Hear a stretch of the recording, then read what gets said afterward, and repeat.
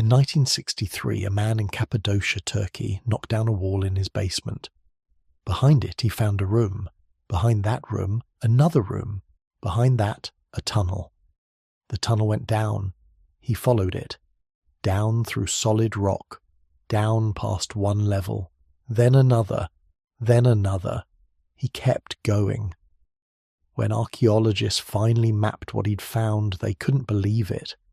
The tunnel system dropped 280 feet into the earth, 18 levels carved from solid volcanic rock, miles of passages connecting thousands of rooms, ventilation shafts, water wells, storage chambers, living quarters, chapels, even a school. This was Derinkuyu, the largest underground city ever discovered, and here's what keeps me up at night. It could hold 20,000 people. Not for a few days, for months, maybe years. The ventilation system still works. The wells still provide water. There are massive stone doors that roll closed from the inside. Each level could be sealed off separately. Once those doors closed, nobody was getting in. Someone built this, not recently. The earlier sections date back at least 2,800 years. Maybe older. Nobody knows for sure. But here's the real question, the one that matters. Why? Why would anyone carve an entire city into solid rock? Why go down 18 levels? Why build it to hold 20,000 people for extended periods? Why the rolling stone doors? Why seal each level separately? What were they hiding from? The standard answer is invaders. Armies swept through this region for thousands of years. Hittites, Persians, Romans, Arabs, Mongols. Having a place to hide makes sense. But here's what bothers me. You don't build something this elaborate for occasional raids. Raids last days, maybe a week. You could hide in caves for that. You could run to the mountains. This is different. This is architecture of sustained terror. This is what you build when the threat isn't temporary, when you know it's coming back. When you know you'll need to disappear underground for months at a time. And Derinkuyu isn't alone. They found dozens of underground cities in Cappadocia, hundreds of smaller tunnel complexes. Some connect to each other through miles of passages. You could travel between cities without ever seeing the surface. An entire civilization went underground. The question isn't just what they were hiding from, it's what did they know that we don't? Building an underground city sounds impossible. Not difficult. Impossible. You're not digging a basement. You're not carving out a wine cellar. You're excavating millions of cubic feet of solid volcanic rock by hand, with bronze and iron tools, no explosives, no power tools, no modern engineering. The rock at Derinkuyu is called tuff. It's compressed volcanic ash. That's good news and bad news. Good news, when you first cut into it, it's relatively soft. You can carve it. Bad news, it's still rock. You're still chipping away tiny pieces at a time. Let's do the math. Derinkuyu is roughly 280 feet deep, 18 levels. The complex covers about 4 square miles if you include all the passages. Conservative estimates put the total volume at around 2.5 million cubic feet of removed rock. That's not a rough number. That's rock that had to go somewhere. Where did it go? Nobody knows.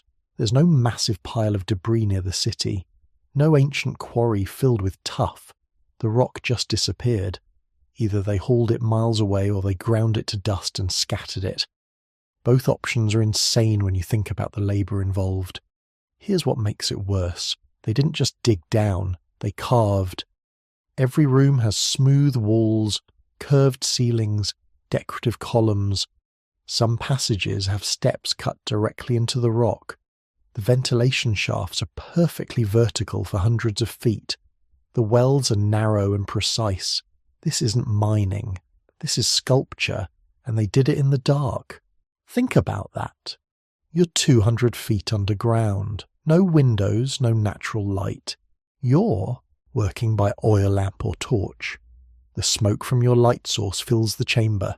You can barely breathe. You can barely see. And you're supposed to carve precise architectural features into solid rock. The ventilation system alone is a miracle. There are 52 ventilation shafts at Derinkuyu.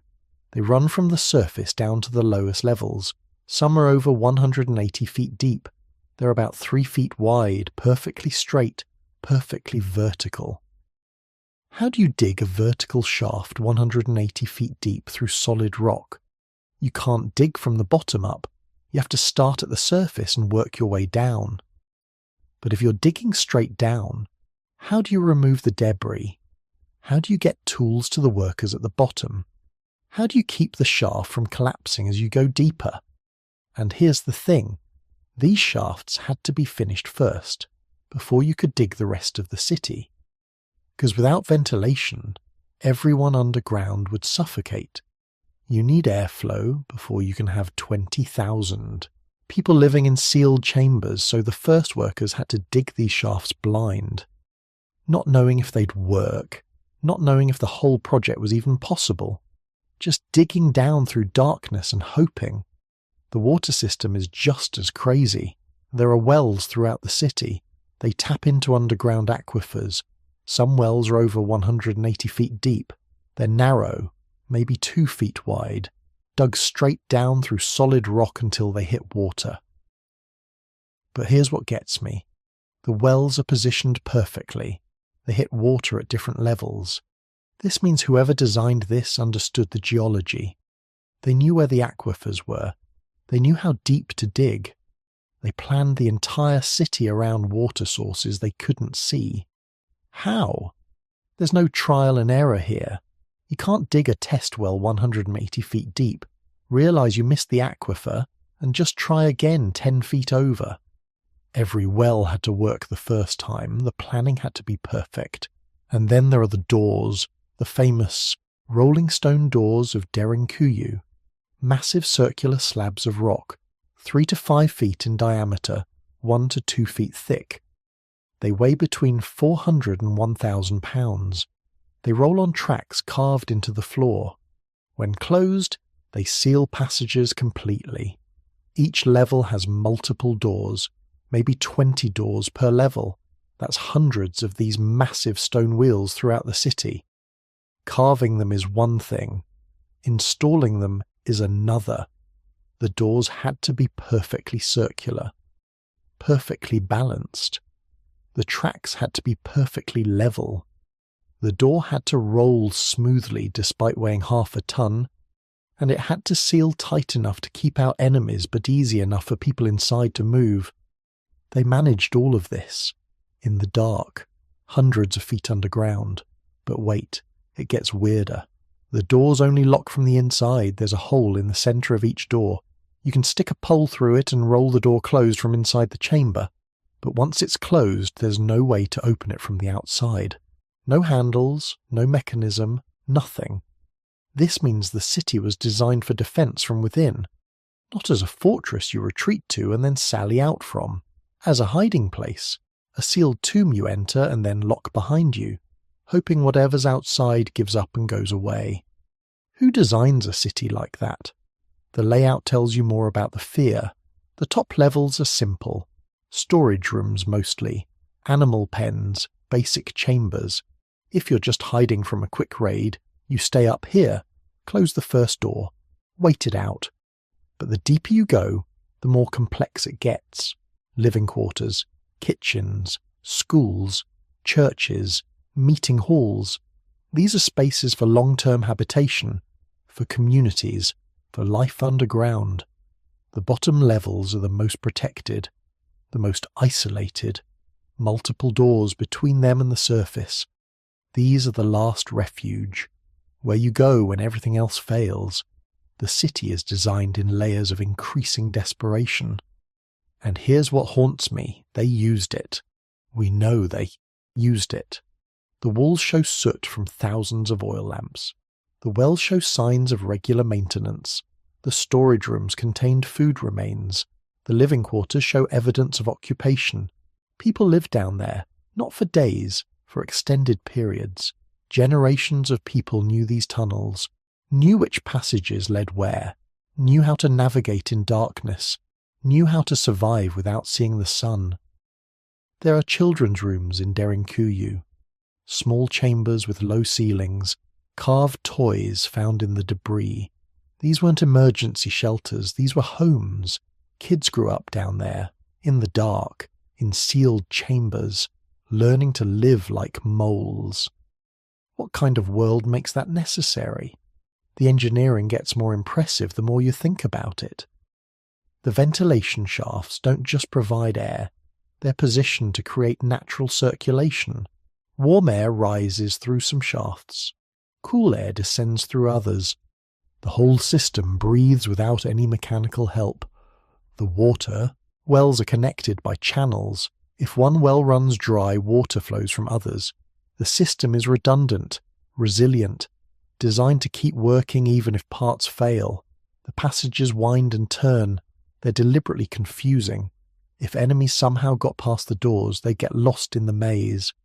But the residents would know the way, would know the shortcuts, the hidden passages, the escape routes.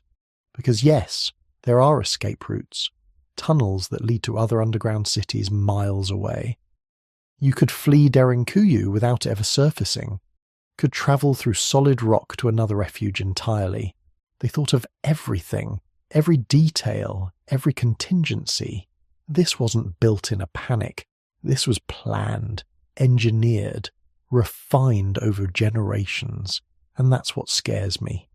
This level of preparation doesn't come from one bad experience.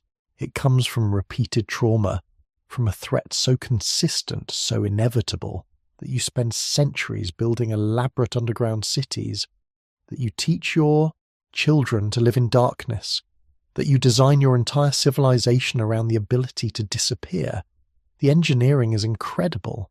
The craftsmanship is beautiful. The planning is genius. But it's all in service of hiding, of vanishing from the surface world, of sealing yourself in stone and praying whatever's up there doesn't find you. If you're using this to fall asleep, that's exactly why I make these videos. Maybe subscribe and let me know where you're watching from and what time it is. I always check the comments and it's fascinating to see people from all over the world. Anyway, back to the water system. Because there's something strange about how they managed it. Something that doesn't quite add up when you think about the logistics. Water is the first thing you think about when you're trapped underground. Not food, not light, water. You can survive weeks without food, days without water, hours without air. That's the hierarchy of survival, and whoever built Derinkuyu understood this perfectly. The water system at Derinkuyu is maybe the most impressive part of the entire complex. Not the size, not the depth, the water. Because they didn't just need water, they needed clean water, reliable water, water that couldn't be poisoned from above, water that would flow for months. They got it. The main well shaft drops all the way from the surface to the lowest level. That's 280 feet straight down through tuff. The shaft is about 3 feet wide, perfectly vertical. You could drop a stone from the top and it would fall straight to the bottom without touching the sides. This wasn't easy to build. You can't dig a well from the bottom up. You have to start at the top, which means someone on the surface was drilling down, while people below were carving out rooms. The two groups had to meet in the middle, had to align perfectly. They did. The well provided water to every level. Small channels branched off at each floor, carved into the walls, sloping gently downward so water would flow. Each level had collection basins, storage pools, distribution points. The water was clean. The well tapped into an underground aquifer. Natural filtration through layers of rock. No surface contamination. No way for enemies above to poison it. Even if they knew exactly where the city was, even if they found the entrance, they couldn't reach the water source. That's deliberate planning. But here's what makes it strange. The well is too sophisticated for a simple hiding place. If you're just ducking underground for a few days during a raid, you bring water with you. clay jars, leather bags. You don't need a permanent well system. This system suggests long-term occupation. Weeks, months, maybe longer. The wells at other underground cities in the region tell the same story. At Kaymakli, another massive complex nearby, there are multiple wells, redundant systems, backup sources. At Oskanak, the third largest site, the wells connect between levels in a network. These people weren't just worried about water, they were obsessed with it. Look at the storage capacity. At Derinkuyu, there are dozens of large chambers near the wells. These rooms have drainage channels cut into the floors, collection basins in the corners. They're designed to hold water, lots of it. Archaeologists estimate the city could store enough water for 20,000 people for several months. That's millions of gallons, all underground, all protected. Why so much? What scenario requires that level of preparation? A siege doesn't make sense. If an army surrounds your city, they're not staying for months. They move on. They have their own supply problems. Ancient armies didn't have the logistics for extended sieges of hidden underground complexes. Too expensive. Too difficult. A drought is possible. Cappadocia has dry periods. Water becomes scarce. But you don't build 18 levels underground to escape drought. You dig deeper wells on the surface. You build cisterns. You move to where water is, unless you can't move, unless something prevents you from being on the surface at all. The water channels show something else interesting. They're designed for flow control. Small stone plugs could block channels, divert water to different levels, shut off supply to upper floors if needed. That's tactical thinking. If enemies breach the first level, you seal it off, cut the water, force them to either leave or go deeper. Each level becomes a defensive position. Each level can be isolated. The wells themselves could be defended. The shafts are narrow. Only one person can climb at a time. There are small chambers next to the main shaft at several levels. Guard posts. Someone could sit there with a spear. Anyone trying to climb up or down becomes an easy target. But defended from what? Human enemies climbing a well shaft? That's not a realistic threat. If invaders find your city and breach your defences, they're not going to climb down a wet vertical shaft in the dark. They'll use the passages, the stairs, the main routes, unless the threat comes from the well itself. Something that might enter through the water source, something that needs to be kept out. The ancient texts from this region don't mention the underground cities directly, but they mention water contamination, poisoned wells, disease spreading through water sources. The Hittite tablets, written when these cities might have been built, talk about plagues, sickness that spreads through entire populations. Maybe that's it. Maybe the water system isn't just about supply. It's about isolation, about creating a completely closed environment where nothing from outside can enter. Not air, not water, not disease. The wells tap deep aquifers. Water that's been filtered through hundreds of feet of rock. Water that's never touched the surface. In a world where surface water might be contaminated, where rivers might carry disease, where wells might be poisoned, this makes sense. The storage capacity makes sense too. You're not storing water for drinking. You're storing water because you can't risk opening the well shaft, can't risk any connection to the surface. You seal everything. Use what you have. Wait. Wait for what? For the danger to pass, for the contamination to clear, for whatever threat exists above to move on or die out. The channels between levels support this. They're not just for distribution, they're for containment. If one level becomes contaminated, you seal it, cut the water, isolate it. The people on other levels survive. This is quarantine thinking. This is pandemic architecture, built in stone, built to last, built by people who'd seen what happens when disease spreads unchecked. The Romans later praised the water systems in Cappadocia, called them marvels of engineering, but they didn't build them. They found them, used them, maintained them. The knowledge was already there. The systems already worked. Whoever designed this understood hydrology, understood pressure, understood flow rates and filtration and storage. This isn't primitive technology. This is sophisticated engineering executed with simple tools, and it's still working. After thousands of years, water still flows through those channels. The wells still tap the same aquifers. The storage basins still hold water. The stone doesn't crack, doesn't leak, doesn't fail. That's the thing about building in rock. If you do it right, it lasts forever. The people who built this knew they were building for the long term, knew their children's children would need this, knew the threat wasn't temporary. They were right. The cities were used for centuries, expanded, modified, improved. Each generation added something, made it better, made it safer. Because whatever they were hiding from, it kept coming back. The doors are what make this real, not the size of the city, not the depth, the doors. Because when you see them, you understand. This wasn't theoretical. This wasn't just in case. These doors were meant to be used. They're massive. Circular stone wheels about 5 feet in diameter. Some weigh over 1,000 pounds. They roll on tracks cut into the floor. When closed, they seal the passage completely. No gaps, no cracks, just solid stone blocking the way. Each door has a hole in the centre, about 6 inches across, just big enough to stick a spear through. That's deliberate. You can defend the door from behind.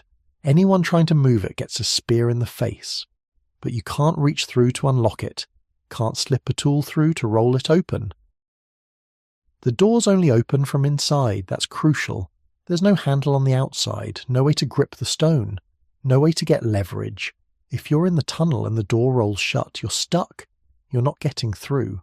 Archaeologists found these doors at multiple levels, not just the entrance.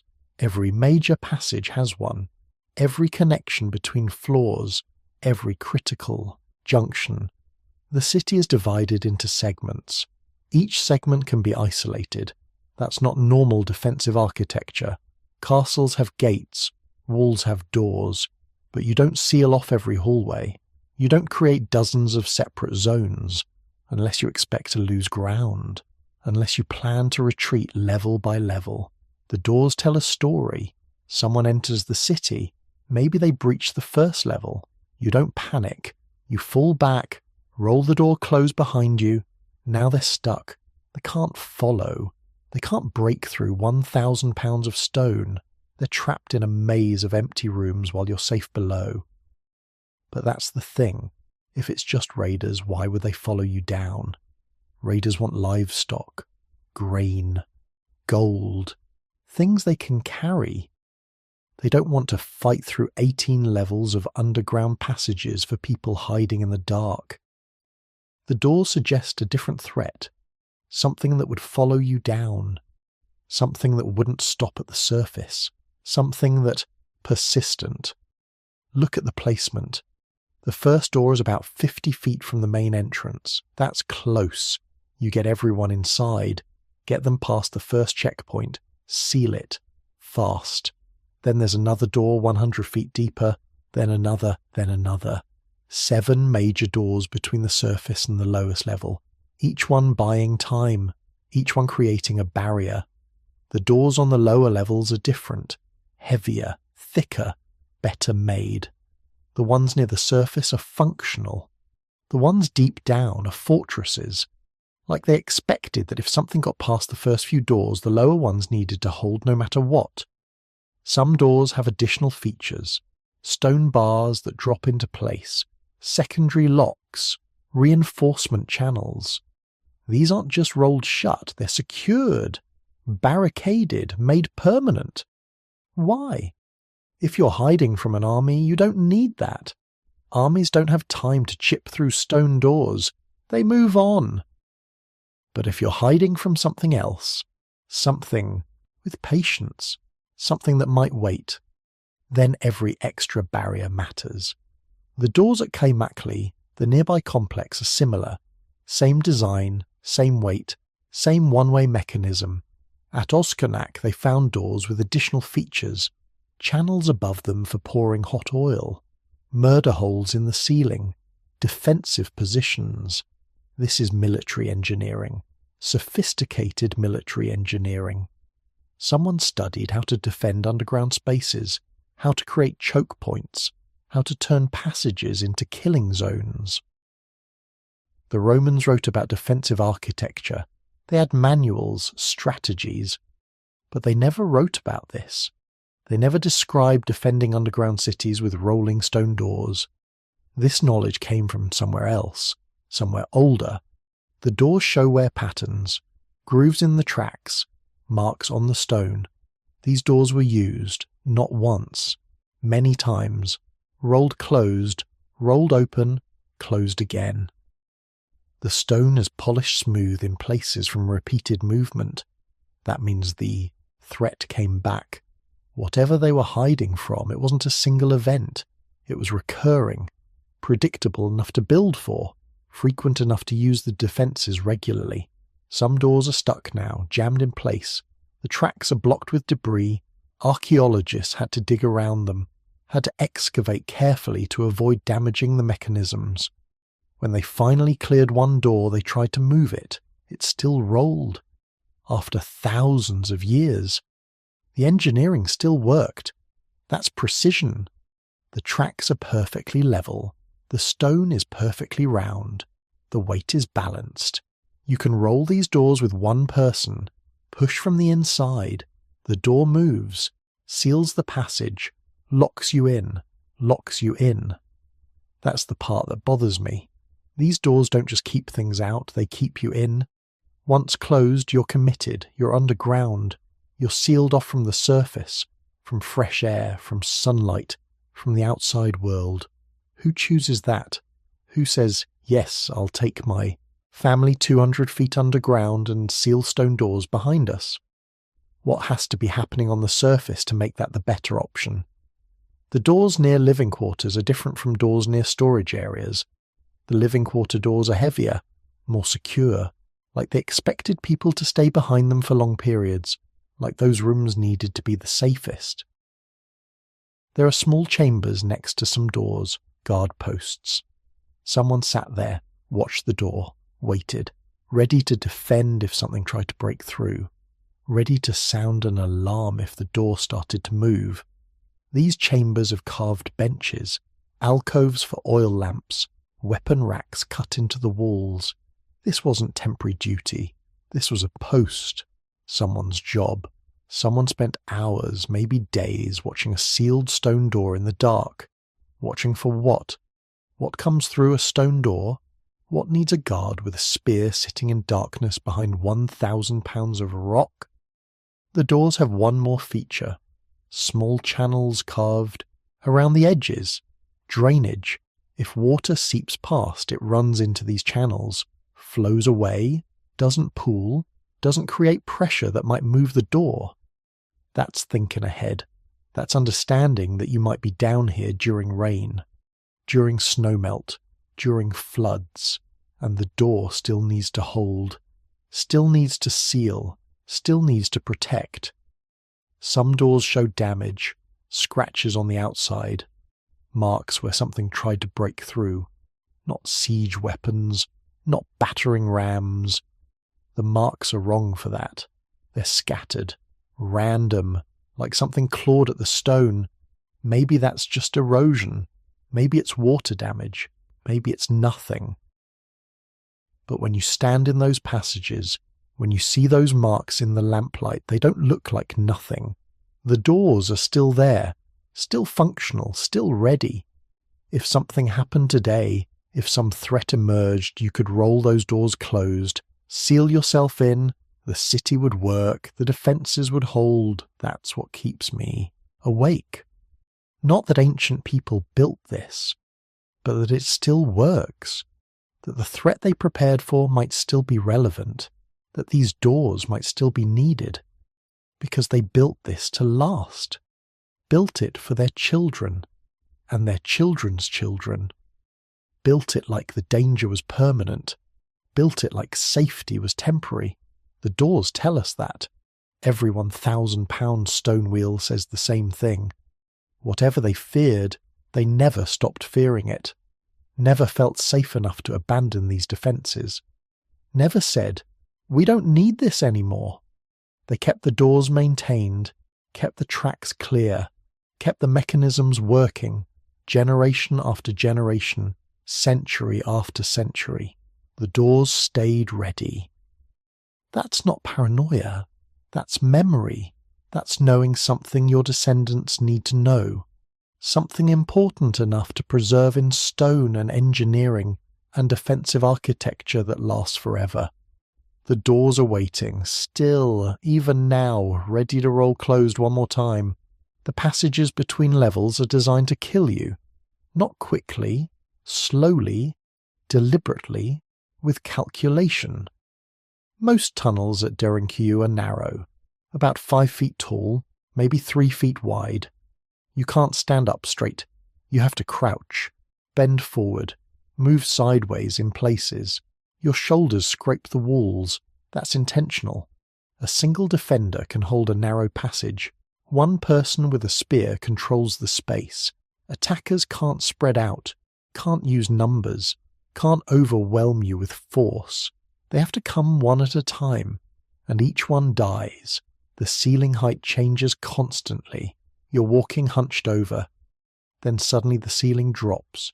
You have to crawl. Then it rises again. Then drops. This isn't random. This is tactical. When you're crawling, you're vulnerable. Your hands are on the ground. Your weapon is useless. Your head is down. Someone waiting around the corner has all the advantage. You can't see them, can't block, can't dodge. You just die. The passages twist. Sharp. Turns every 20 or 30 feet. You can't see what's ahead. Can't charge forward. Can't build momentum. Every corner is a potential ambush. Every turn might be your last. There are alcoves cut into the walls, small spaces, just big enough for one person to stand. These aren't decorative, they're fighting positions. Someone hides in the alcove.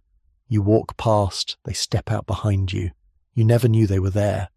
The floors slope, sometimes up, sometimes down, never flat for long. This wears you out, makes you tired, throws off your balance, and when you're tired and unbalanced, you make mistakes. Mistakes get you killed. Some passages have steps, carved directly into the rock, but the steps are irregular. Different heights, different depths. You can't find a rhythm, can't move quickly. You have to watch your feet, and while you're watching your feet, you're not watching ahead. The ventilation shafts create another problem. They run vertical through multiple levels, about 2 feet wide. If you're defending, you can drop things down these shafts. Rocks, boiling water, hot oil, whatever. The shaft carries it straight down to the level below. Anyone in the passage underneath gets hit. They can't see it coming, can't block it. The shaft is too narrow to climb, too smooth to grip. There are murder holes in some ceilings, small openings, just big enough to stick a spear through. You're walking down a passage. Someone above you thrusts down.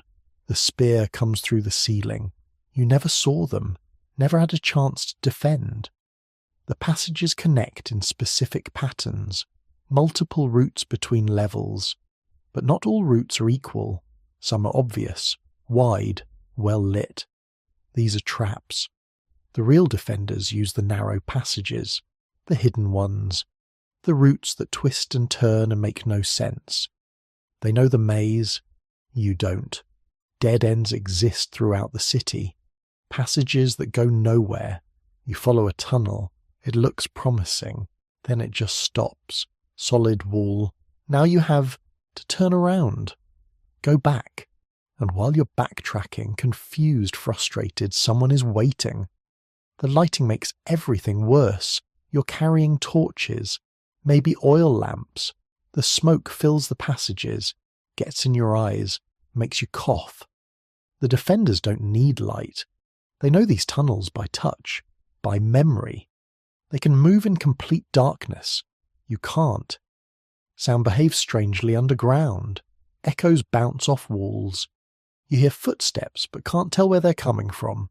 Ahead, behind, above, below. The acoustics are disorienting, frightening. You're jumping at shadows, swinging at nothing. The temperature shifts create problems. Some levels are warm, some are cold. The changes affect your breathing, your stamina, your judgment. You're sweating in one passage, shivering in the next. Your body can't regulate, can't adapt. Water appears in unexpected places, puddles on the floor, dripping from ceilings. This isn't accidental drainage. These are designed obstacles. The water makes floors slippery, makes footing uncertain. You're already bent over in a narrow passage. Now you're trying not to slip, trying not to fall, and falling means dying. The stone doors divide the city into zones, but the zones aren't equal sizes. Some are large, some are tiny. The defenders can retreat through small zones quickly. Seal the door, move to the next level. Attackers get trapped in large zones, wandering, searching, finding nothing. There are false doors, stone wheels that look like the real defensive doors, but they don't go anywhere. They're just carved into walls. You waste time trying to open them, waste energy, waste hope. Meanwhile, the real door is somewhere else, and it's already closed. The deepest levels have the worst passages, narrower, lower, more twisted. By the time you fight down that far, you're exhausted. You've been underground for hours, maybe days. You're running out of supplies, running out of air, running out of will, and the passages keep getting harder. Some tunnels have loose stones in the ceiling, deliberately weakened. Defenders can collapse these tunnels, bury attackers alive, or just block the passage, force you to find another route, force you deeper into the maze. The chapel levels have strange acoustics. Sound carries differently. Voices echo in ways that make you think there are more defenders than there are, make you think they're everywhere, make you panic. Panic kills you underground. You start running, start making noise, start giving away your position. The defenders just wait, listen, follow the sound, find you. The schoolrooms have low benches, stone desks. These become obstacles in a fight. You trip over them, bang into them in the dark. They slow you down. The defenders know where every bench sits. They move around them easily. You don't.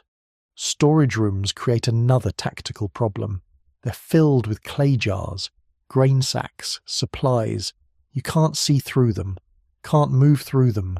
Quickly, defenders hide behind storage, pop out, attack, disappear. The animal pens add confusion. Some levels had livestock, sheep, goats, maybe chickens. The animals make noise, create movement. You think you see something. It's just a sheep. You relax. Then the spear comes. There's no good way to attack this place. You can't siege it. The water comes from deep underground. The food is stored inside. You can't starve them out, can't thirst them out, can't smoke them out. The ventilation system is too good. You can't flood it. The drainage channels prevent that. Water flows away, doesn't pool, doesn't rise. You can't dig around it. The rock is too hard. The city is too large. You'd need years, decades. And while you're digging, they're fine, living normally, eating, sleeping, waiting. Your only option is to go in, fight through, level by level, passage by passage, door by door. And each level costs you men, costs you time, costs you morale. By the third level, your soldiers don't want to go deeper. By the fifth level, they're refusing orders. By the seventh level, you've lost. This is defensive architecture at its peak. Not castle walls, not moats, not towers. This is using the earth itself as a weapon. using darkness, using confusion, using fear. Someone understood how to defend this space perfectly, how to turn every passage into a trap, every corner into an ambush, every level into a killing ground. They didn't just build a hiding place, they built a fortress, an underground fortress designed to bleed attackers dry, designed to make invasion impossible, designed to make the surface world irrelevant. Whatever they feared up there, down here they were safe, not because the enemy couldn't find them, because the enemy couldn't reach them, couldn't fight them, couldn't win. The passages prove that. Every narrow tunnel, every low ceiling, every twisted turn, every hidden alcove, every murder hole, every trap. This city was built by people who understood war, who'd fought, who'd lost, who'd learned, and who decided that next time the enemy would lose. The passages are still there, still narrow, still twisted, still deadly. If you walked in today, if you tried to fight through, you'd die just like ancient invaders died.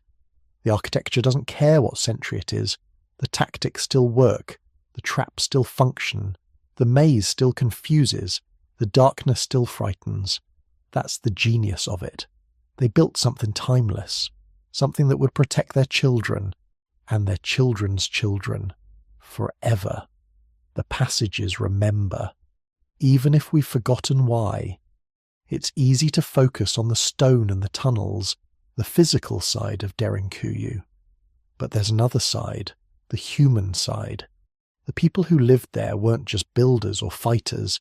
They were regular people, families, children, elders, and they spent months, maybe even years, underground. That does something to the mind. Even today, people struggle with life in small, closed spaces. Imagine going underground with no idea when you'd see sunlight again. Let's start with the basics. Humans need light. Our bodies are set to the cycle of day and night. It helps us sleep and wake up.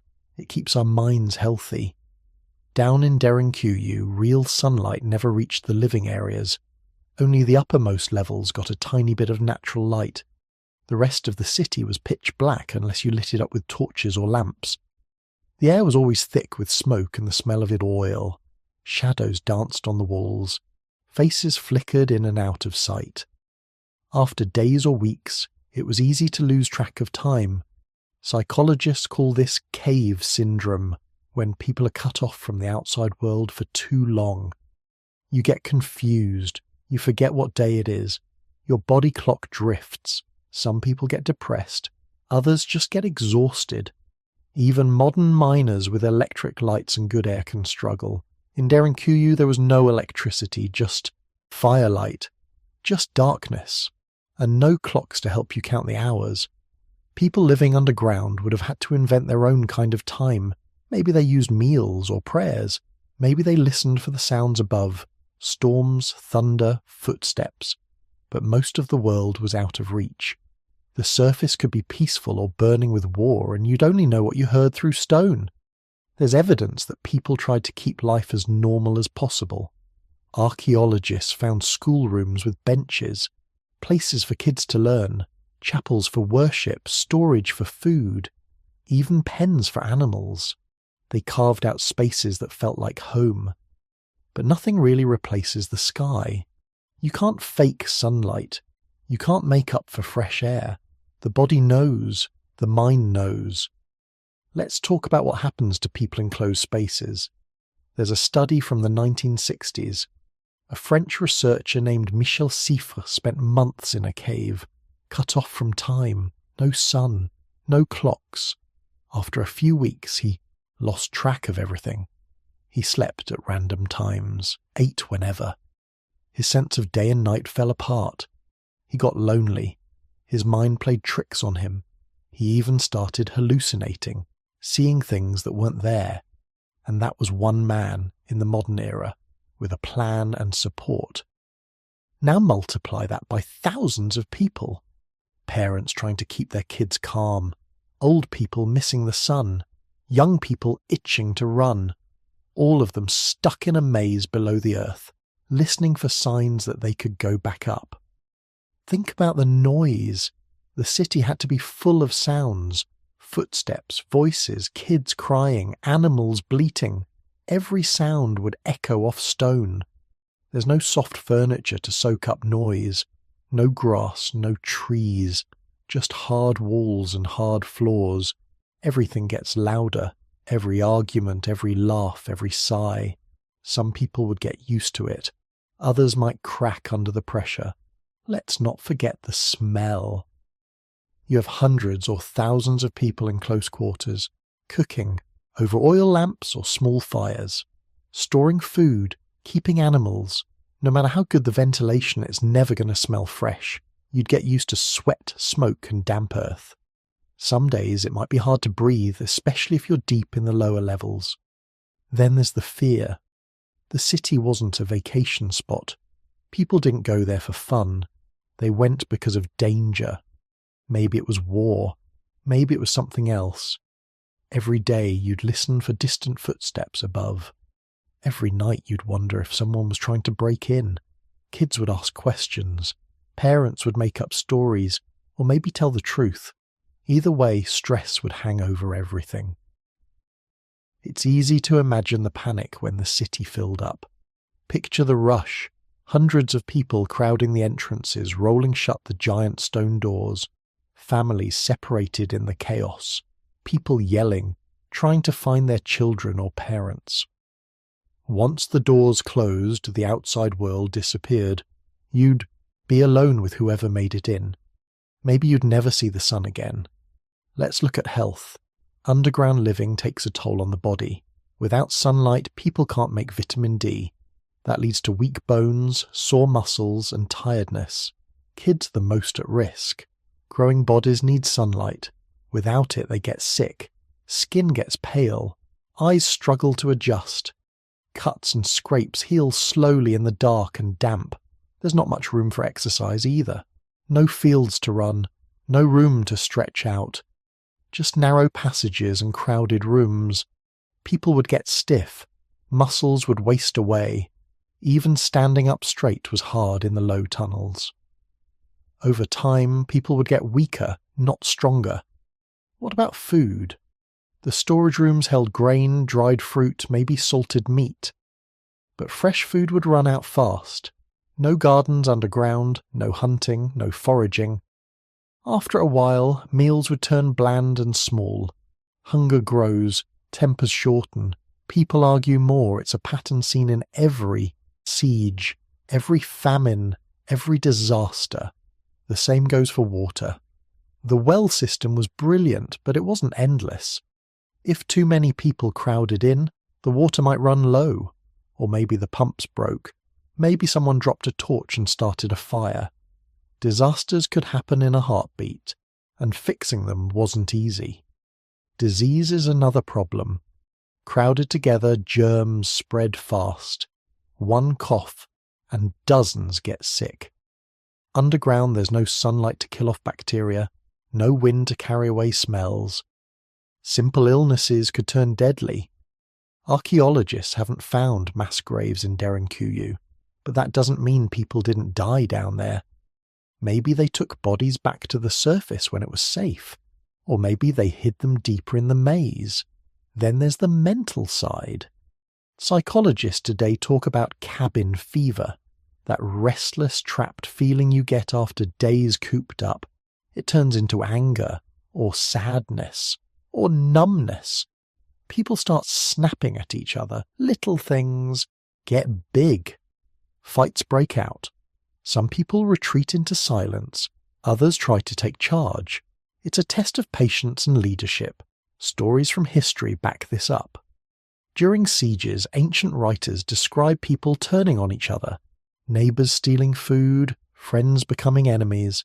Trust breaks down. Even in recent times, people trapped in mines or bunkers report the same thing.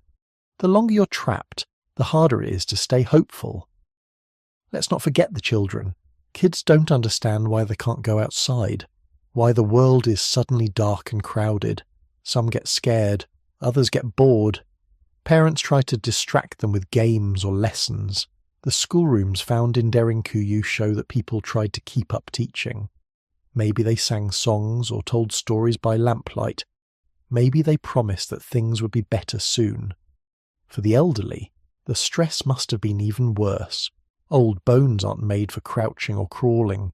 Weak lungs don't handle smoke. Fears about family and the future must have weighed heavy. Some might never have made it back to the surface. Now, let's talk about the feeling of the unknown. Nobody knew how long they'd be underground. Was it days, weeks, months? Each hour stretched out.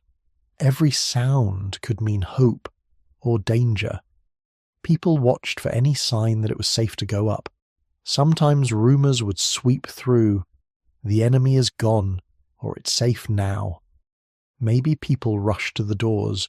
Maybe they waited, afraid it was a trick. There's something haunting about that.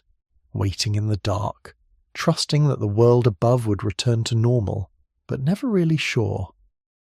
Archaeologists think people might have lived in Derinkuyu for months at a time. Not all the time, but during long crises. That means people adapted somehow. They learned to live with fear, to make routines, to tell themselves it would end. Evidence of daily life shows up in little things. There are carvings on the walls, simple, patterns, marks left behind. Maybe they were counting days, maybe they were prayers or good luck signs. People left their mark, even in the dark. Some rooms have niches for lamps lined up along the walls. That suggests people spent long evenings together, sharing light, maybe telling stories. The chapels probably saw crowded prayers, people whispering for protection. In the schoolrooms, teachers scratched out lessons on stone. Kids practiced letters, maybe just to keep busy. Animal pens show that people brought goats, sheep, maybe chickens. The sound of animals would have been comforting, a reminder of the surface world, but also more mouths to feed, more noise, more mess. Let's pause a second. What would it feel like to wake up in complete darkness? No sunlight, no birds, just the drip of water and the shuffle of feet. You sit up, not sure what time it is. Someone nearby is snoring. A child cries. You light a lamp. The flame is tiny, barely holding back the night. That's your world day after day. People did what they had to do. They worked together, shared food, shared chores. Some days that brought them closer. Other days it drove them apart. Nobody got to be alone for long. Privacy was a dream. When the crisis passed, they returned to the surface. Some things must have felt new all over again. The sun too bright, the wind too sharp, the world too open. Maybe they blinked and laughed. Maybe they cried from relief.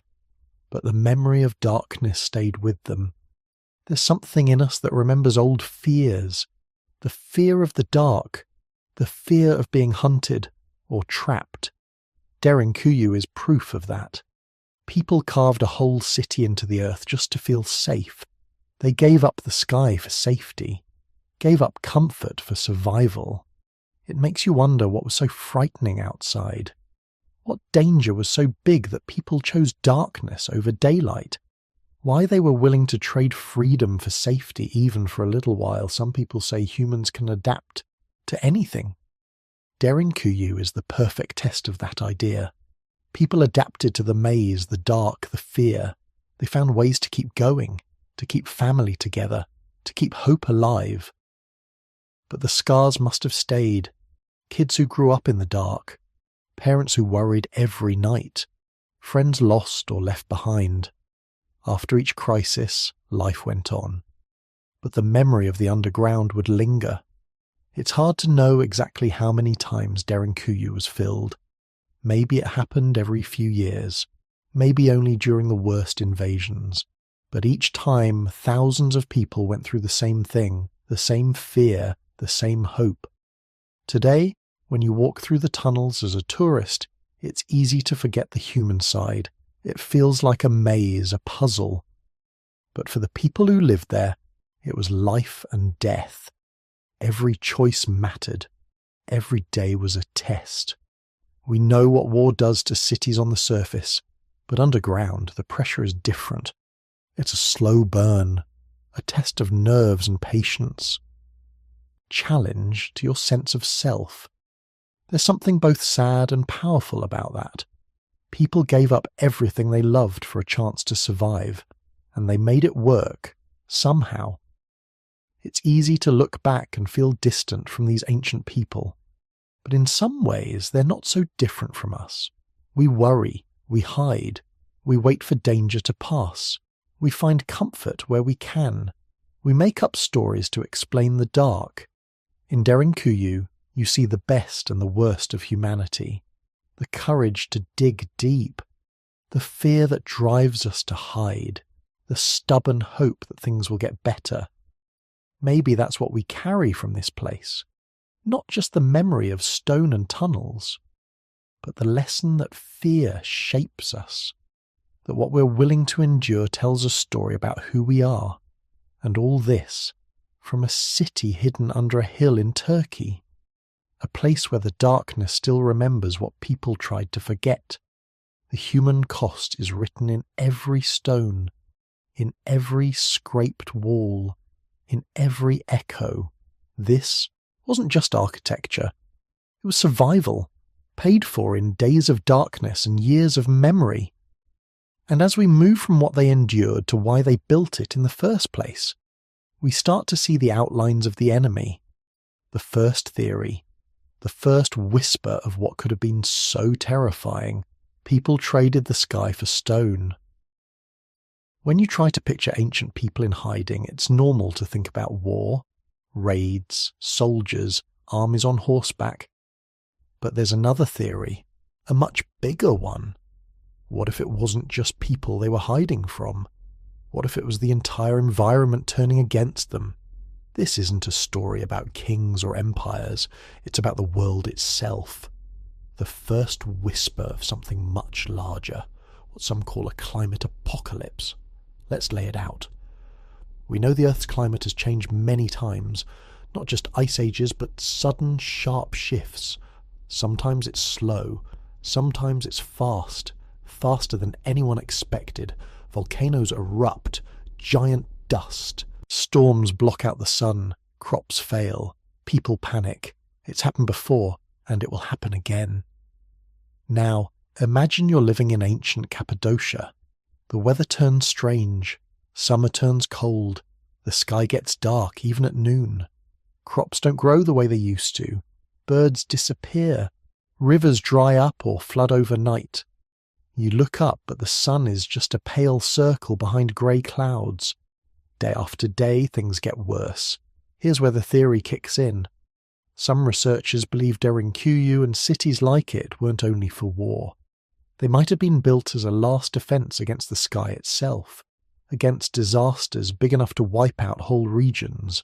Not just armies with swords, but months or years of darkness, hunger, and fear.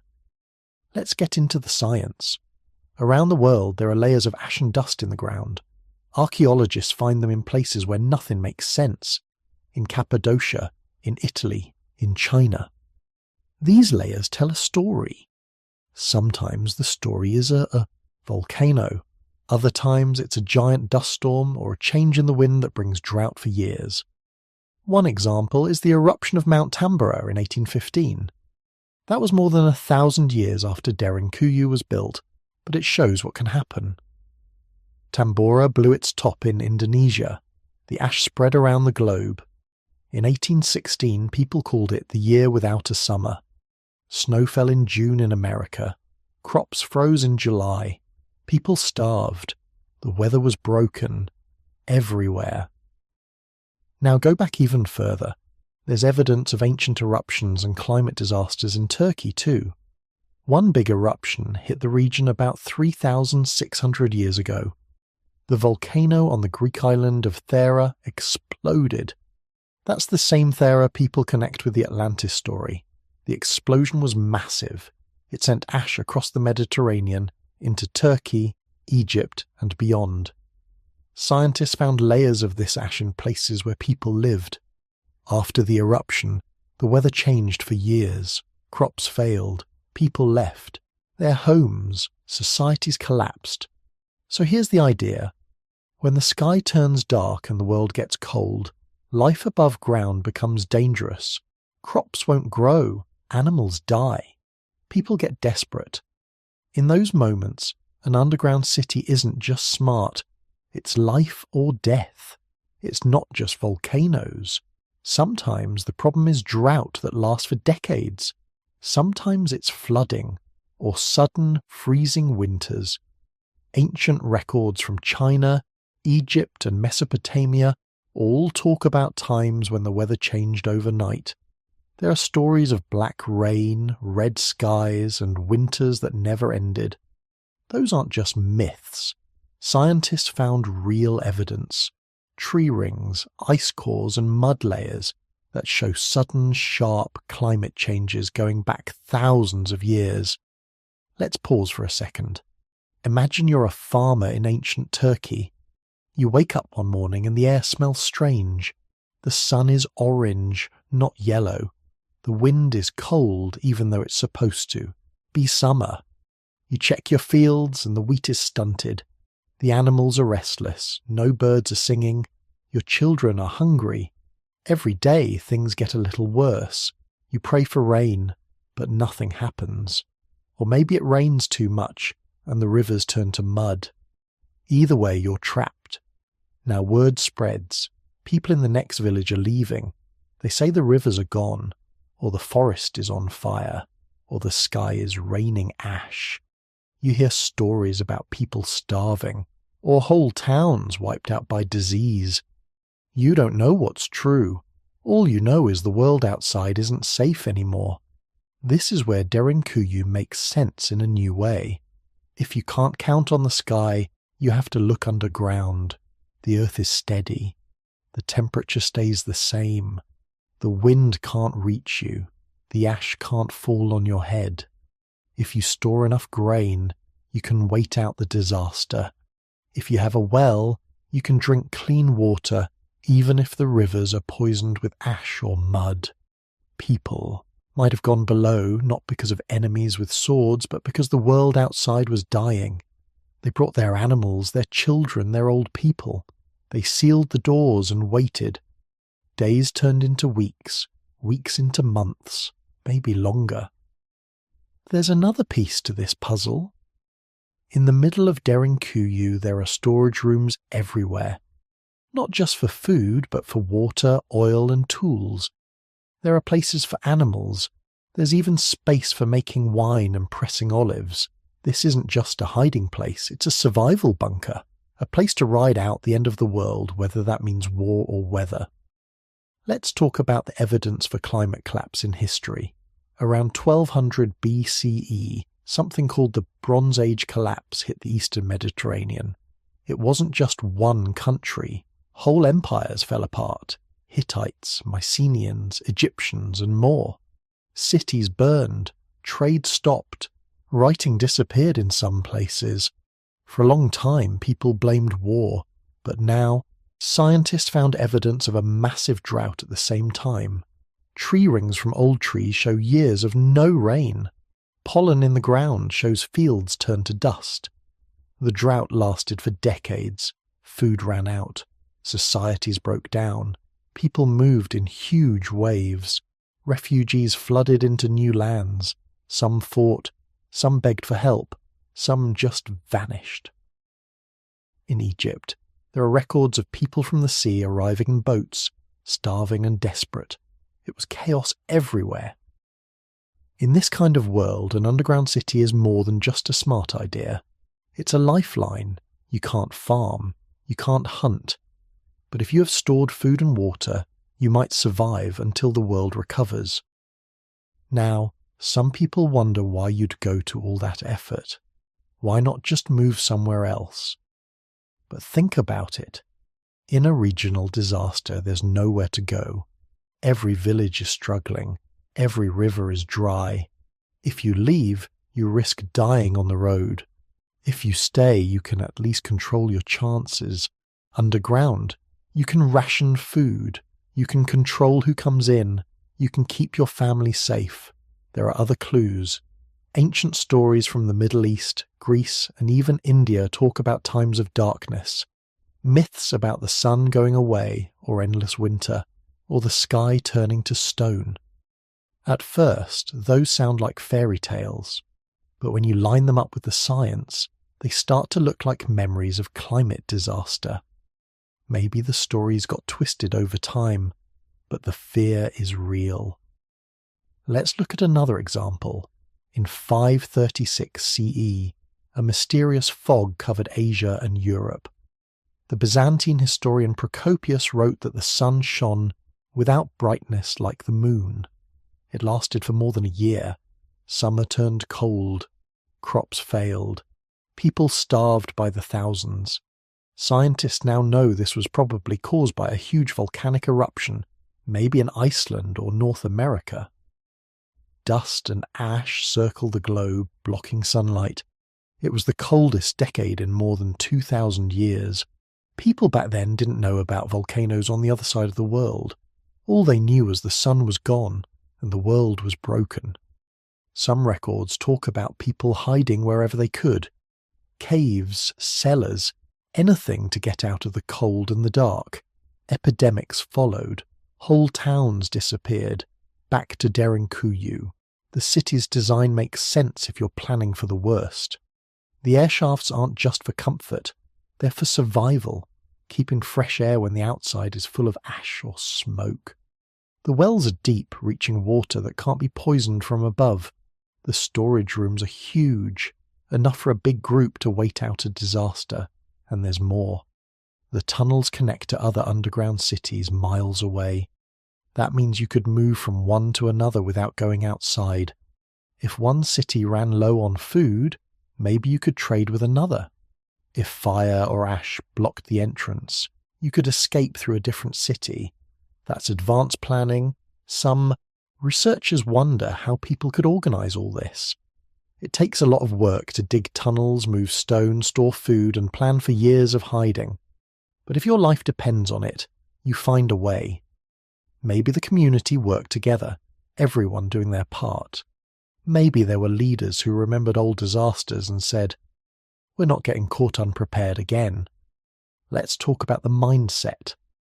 Imagine growing up with stories from your grandparents about the time the sky turned black, about years when nothing grew, about people who didn't make it. You'd want to be ready. You'd want your children to be safe no matter what happened. This kind of fear doesn't go away. It gets passed down. You carve it into stone. You make sure there's always enough food set aside. You teach your kids how to survive in the dark. You build doors that no enemy or disaster can break through. There are even theories that some underground cities started as small shelters, then grew, bigger every time disaster struck. Maybe the first level was just a cave. After the first bad year, they dug deeper. After the next disaster, they added more rooms. Over generations, the city grew into the maze we see today. What about the animals? Some people say the pens were just for food, but others think they were for survival. Goats and sheep give milk and meat, but they also give warmth. In a freezing world, animals kept underground would help keep everyone alive. Their breath warms the air. Their bodies give comfort. People and animals together, making it through the long, dark months. Let's not forget disease. In a world where the weather is broken, sickness spreads fast. Cold, hungry people get sick more easily. Underground, you can close the doors and keep out strangers. You control who comes in. You keep your group small, your food clean, your water safe. That's how you survive when everyone else is desperate. Here's another angle. Some say the underground cities were part of a larger network, maybe dozens of cities, all hidden below the ground. If one group ran out of food, they could send a message through the tunnels. Maybe they even had a system for trading goods underground, far from the dangers above. Some tunnels go for miles, connecting cities that are now just ruins. It's hard to know how much of that is true, but it's possible. Let's pull back for a moment. This theory isn't just about Derinkuyu. All over the world, people built underground shelters. In China, there are yaodongs, homes dug into hillsides to keep out the cold. In Malta, there are catacombs. In Scotland, there are souterrains, stone tunnels built by ancient farmers. In each place, the reason is different. Sometimes war, sometimes weather, but always the same fear. What if the world outside turns deadly? The climate apocalypse theory doesn't have all the answers. There's no ancient diary saying, "We built this because the sky turned black." But when you put together the evidence, the ash layers, the stories, the rooms full of storage, it starts to fit. People don't build giant underground cities for fun. They don't spend years digging just because they're bored. It takes something big, something terrifying. If you were living back then, you'd want to be ready for anything: war, plague, famine, fire, flood. But nothing is as frightening as the world itself turning against you. When the sun goes away and the crops die, all you have left is each other and whatever you've stashed away in the dark. There's something powerful about that, something almost hopeful. People didn't give up. They found ways to survive. They planned for the unthinkable. They carved out a future even when the world above was falling apart, and when the sky finally cleared, when the sun came back, they climbed out of the darkness and started again. Maybe that's the real lesson of Derinkuyu. Not just fear, but hope. The idea that even in the worst times, people look for a way through. We don't know exactly what disaster drove people underground in Cappadocia. Maybe it was war. Maybe it was the weather. Maybe both at once.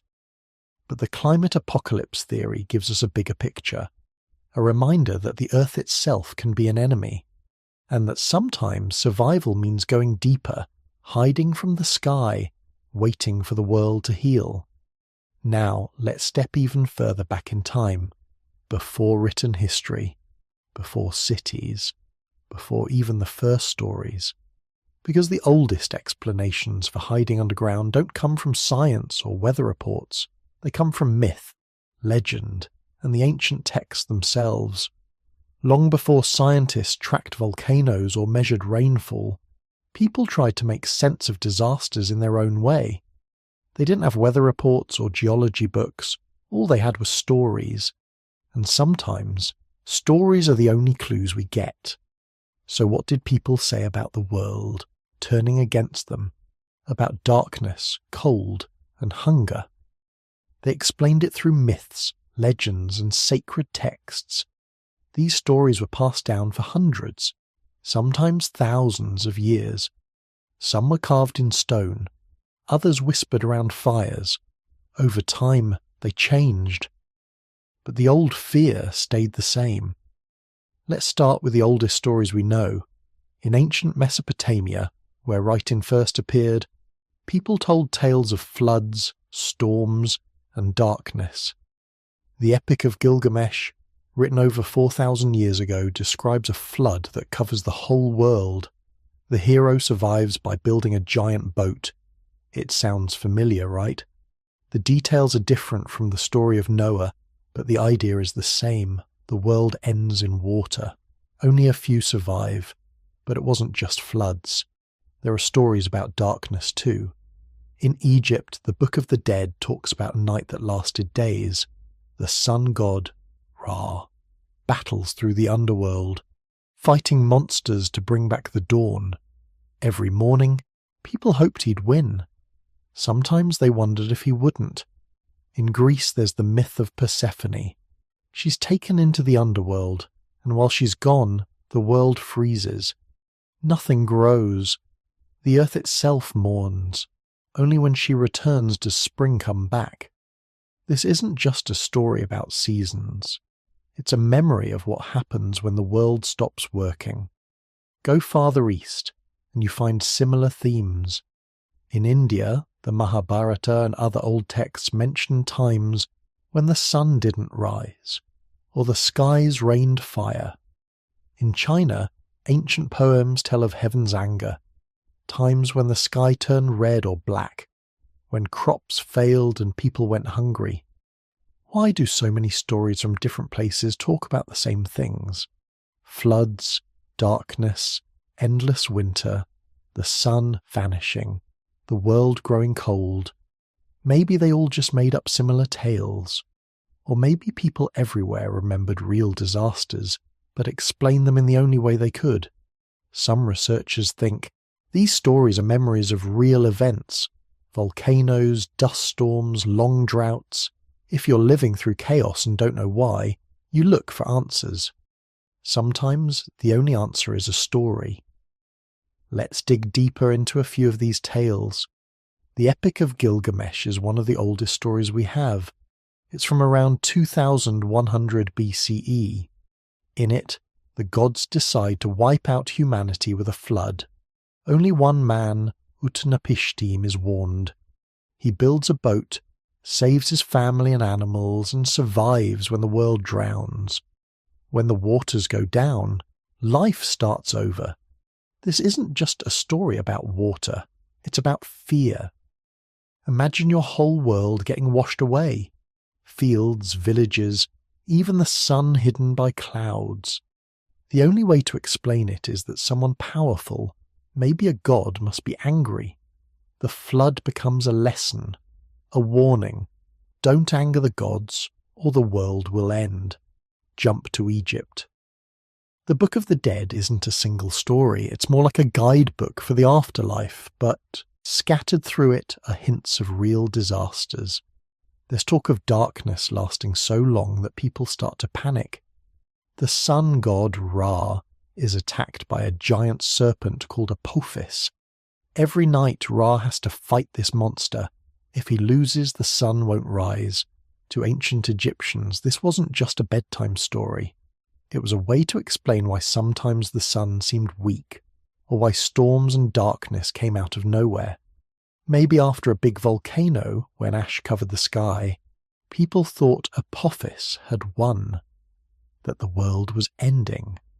Greece gives us the story of Persephone and Demeter. Demeter is the goddess of the harvest. Her daughter, Persephone, is kidnapped by Hades and taken to the underworld. While Persephone is gone, nothing grows. Demeter grieves, and the earth goes cold and dead. When Persephone returns, spring comes back. It's a cycle: loss, darkness, return, and hope. On the surface, it's about seasons. But think about what happens if winter lasts too long. If spring never comes, crops fail, people starve, and the old stories suddenly feel real. Maybe this myth started when something actually did go wrong with the seasons. In India, the Mahabharata is full of strange weather and disasters. There are tales of years without rain, dust storms that block out the sun, rivers running dry, or the sky turning red. Sometimes gods are blamed. Other times, it's just fate. But the message is the same. The world can change in an instant, and people need to be ready. China's old poems and stories also talk about times when heaven is angry. The sky turns dark, the rivers flood or disappear, famines follow. Sometimes these stories mix in with real history. Chinese historians kept detailed records. They wrote about years of darkness, red dust, and black rain. Sometimes we can match these stories to real volcanoes or droughts. So, what do all these stories have in common? They're not just about magic or gods. They're about survival. They're warnings. If the world can turn on you without warning, you need to find a way to survive. Sometimes that means going underground, literally and in stories. Let's look at another example. In the Bible, the story of Noah's Ark is famous. God decides to flood the world to punish people. Noah builds a boat, saves his family and animals, and waits for the flood to end. When it does, life starts again. It's almost the same as the story from Mesopotamia. Two separate cultures, but the same fear. Water can destroy everything. Why is this important for Derinkuyu?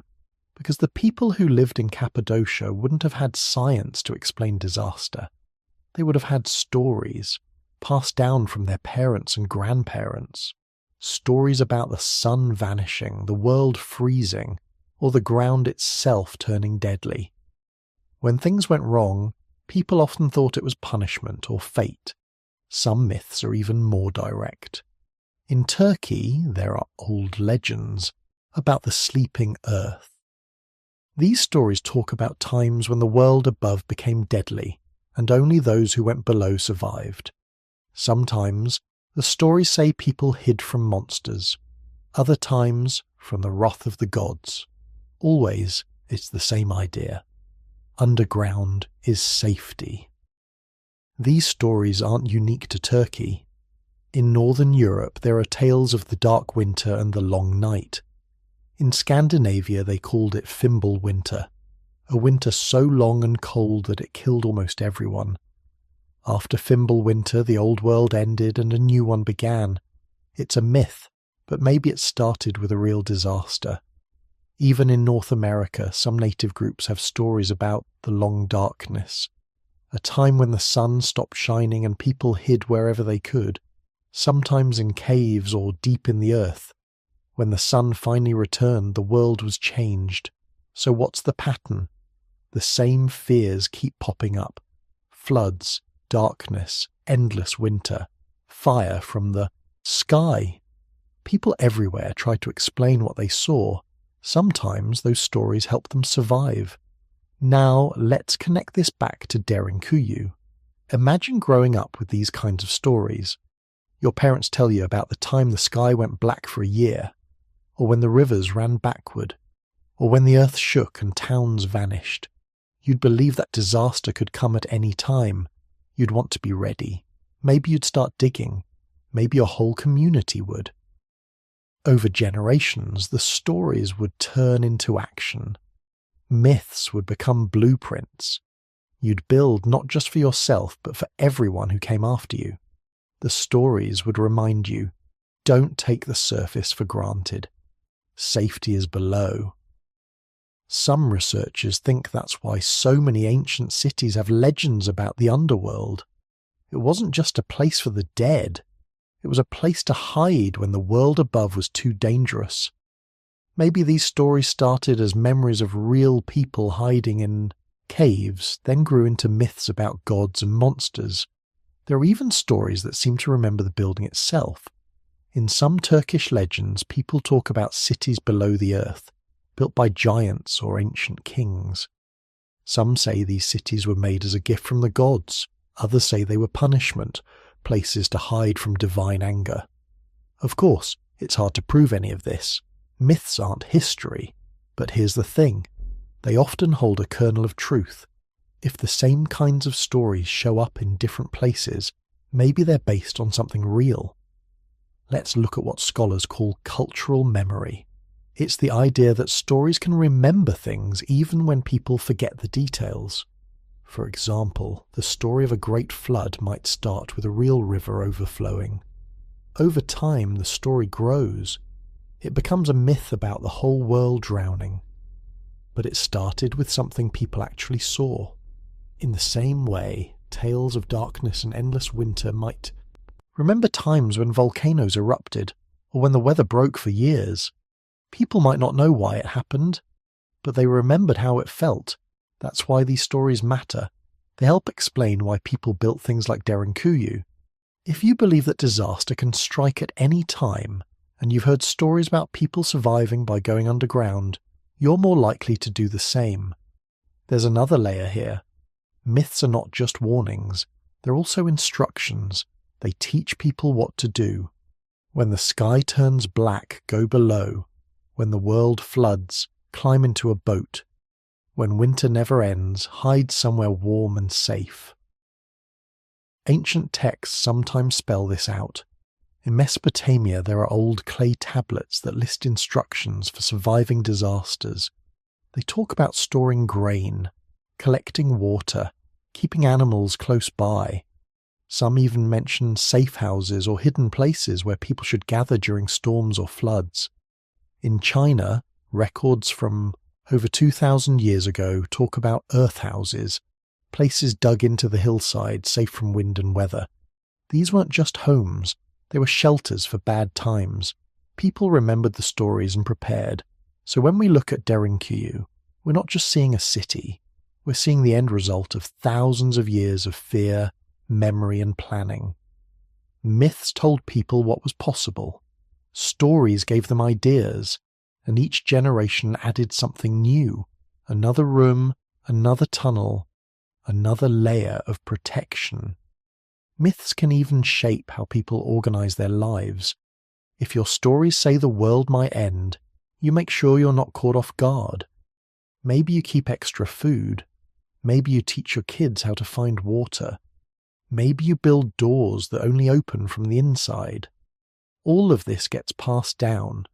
Over time, the stories and the buildings blend together. People remember the myth, but they live in the reality. They might not know why their ancestors started digging, but they know it's important. There's one last piece to this puzzle. Some myths talk about enemies, not just from the sky or the earth, but from other people. Sometimes the disaster is war. Sometimes it's invaders. The lines blur. Is the darkness from a volcano or from an army burning your fields? Is the flood from the gods or from a broken dam? Myths mix everything together. That's why it's so hard to know for sure what drove people underground.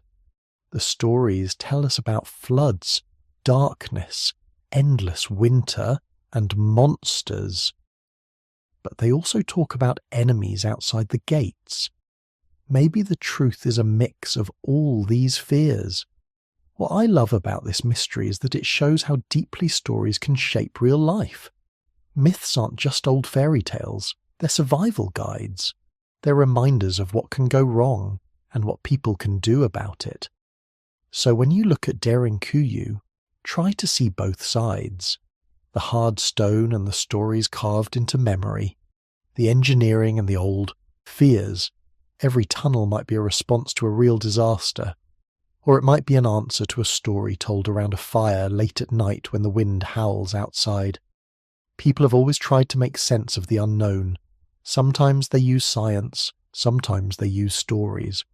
Both paths lead to the same place, trying to survive, to protect what matters, to find hope even in the darkest times. The underground cities of Cappadocia are proof.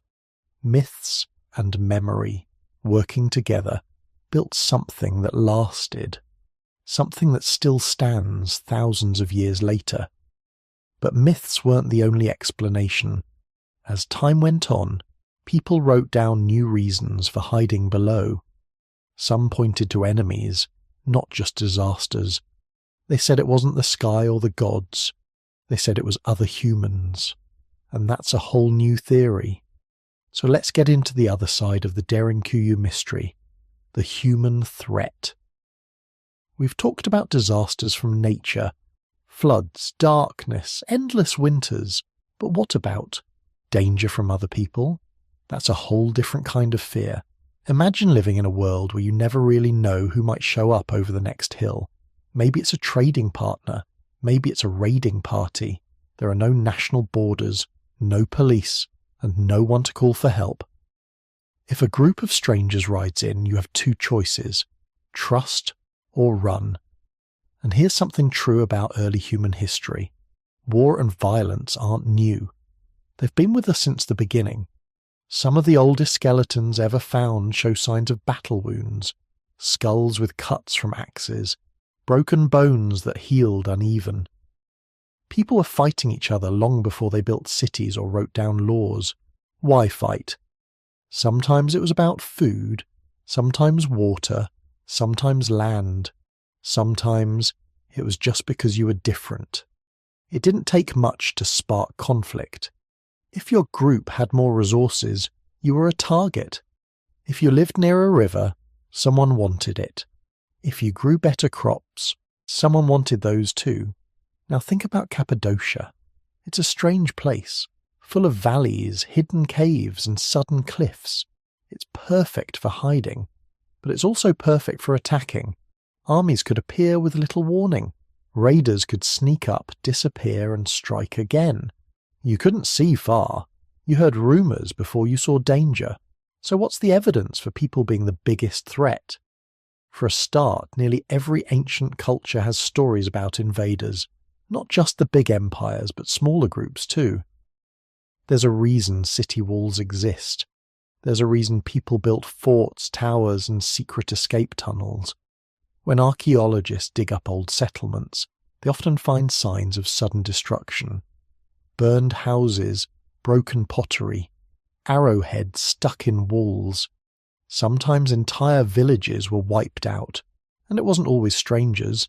Sometimes your own neighbours turned against you if times got tough. Let's look at some examples. Around 1200 BCE, something called the Bronze Age collapse happened. In the space of a few decades, dozens of cities across the Mediterranean were destroyed. Not just one or two, over 40 cities gone. Palaces burned, writing stopped, trade ended. Nobody knows exactly why. Maybe it was climate change, maybe it was invaders, maybe both. But there are letters from that time written on clay tablets calling for help. The enemy is at the gates, the city is burning, we can't hold out. That kind of fear spreads. It doesn't just stay in one place. If your neighbour's city is attacked, you start to worry about your own. Maybe you build a wall, maybe you dig a hiding place, maybe you go one step further, like the people of Derinkuyu, and build a whole city underground. But why go to such extremes? Why not just build a bigger wall, or move somewhere safer? Here's where it gets interesting. Walls can be climbed, gates can be broken. If the enemy is ruthless, they'll find a way in. But stone, deep underground, is different. You can hide, you can wait, you can survive until the threat moves on. Look at the way Derinkuyu is built. It's not just a shelter, it's a fortress designed to keep out people who know what they're doing. The stone doors, the traps, the narrow passages, all of it is about defense against other humans. Animals don't try to break down doors, only people do. There's another clue in how the city is organized. The rooms are clustered in ways that make defense easy. There are places where a small group could hold off a much larger force.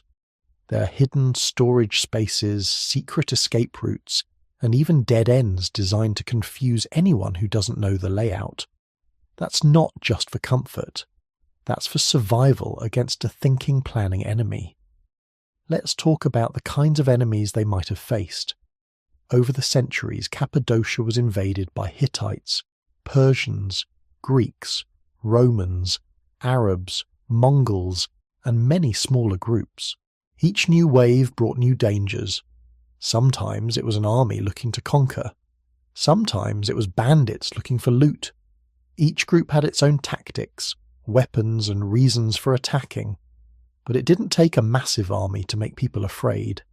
Sometimes just the rumour of trouble was enough. Stories spread faster than facts. If you heard about a village being wiped out a few valleys over, you wouldn't wait for proof. You'd get ready. You'd make sure your family could disappear in minutes if needed. What makes Derinkuyu special is its scale. This wasn't a few families hiding in a cave. This was a whole community, maybe up to 20,000 people, ready to vanish underground. That takes planning on a huge scale. It takes trust and cooperation too. Everyone had to agree on the plan.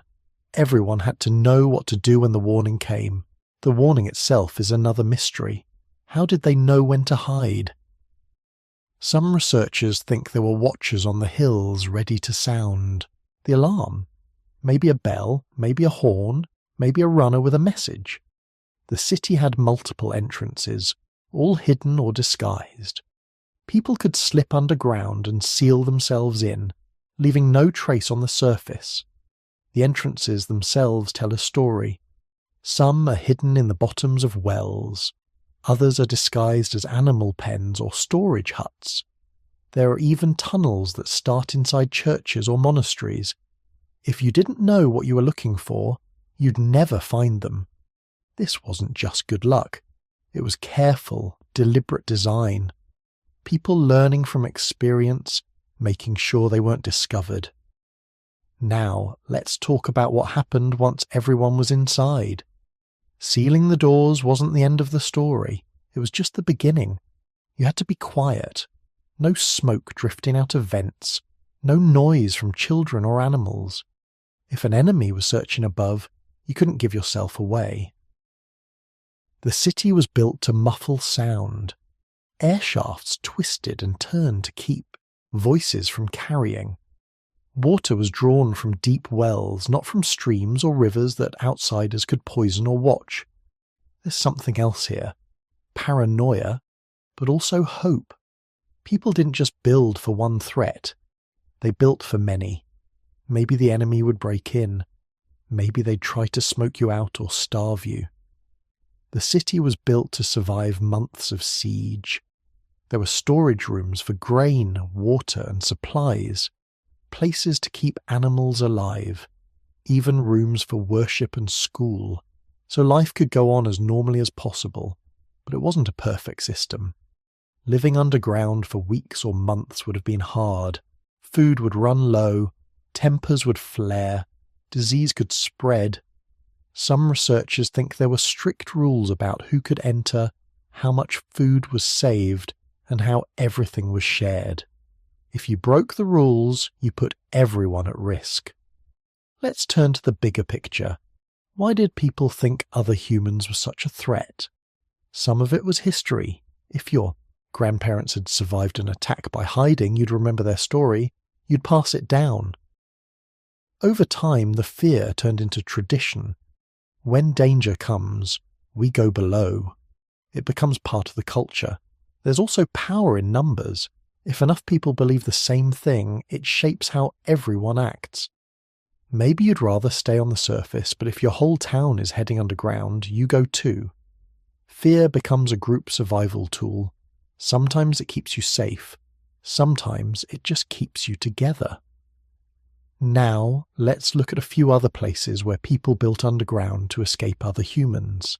In Malta, there are ancient tunnels and shelters, some over 6,000 years old. In China, the Yodong cave homes served as shelter during wars and invasions. Even during World War II, people in London slept in subway tunnels to avoid bombs.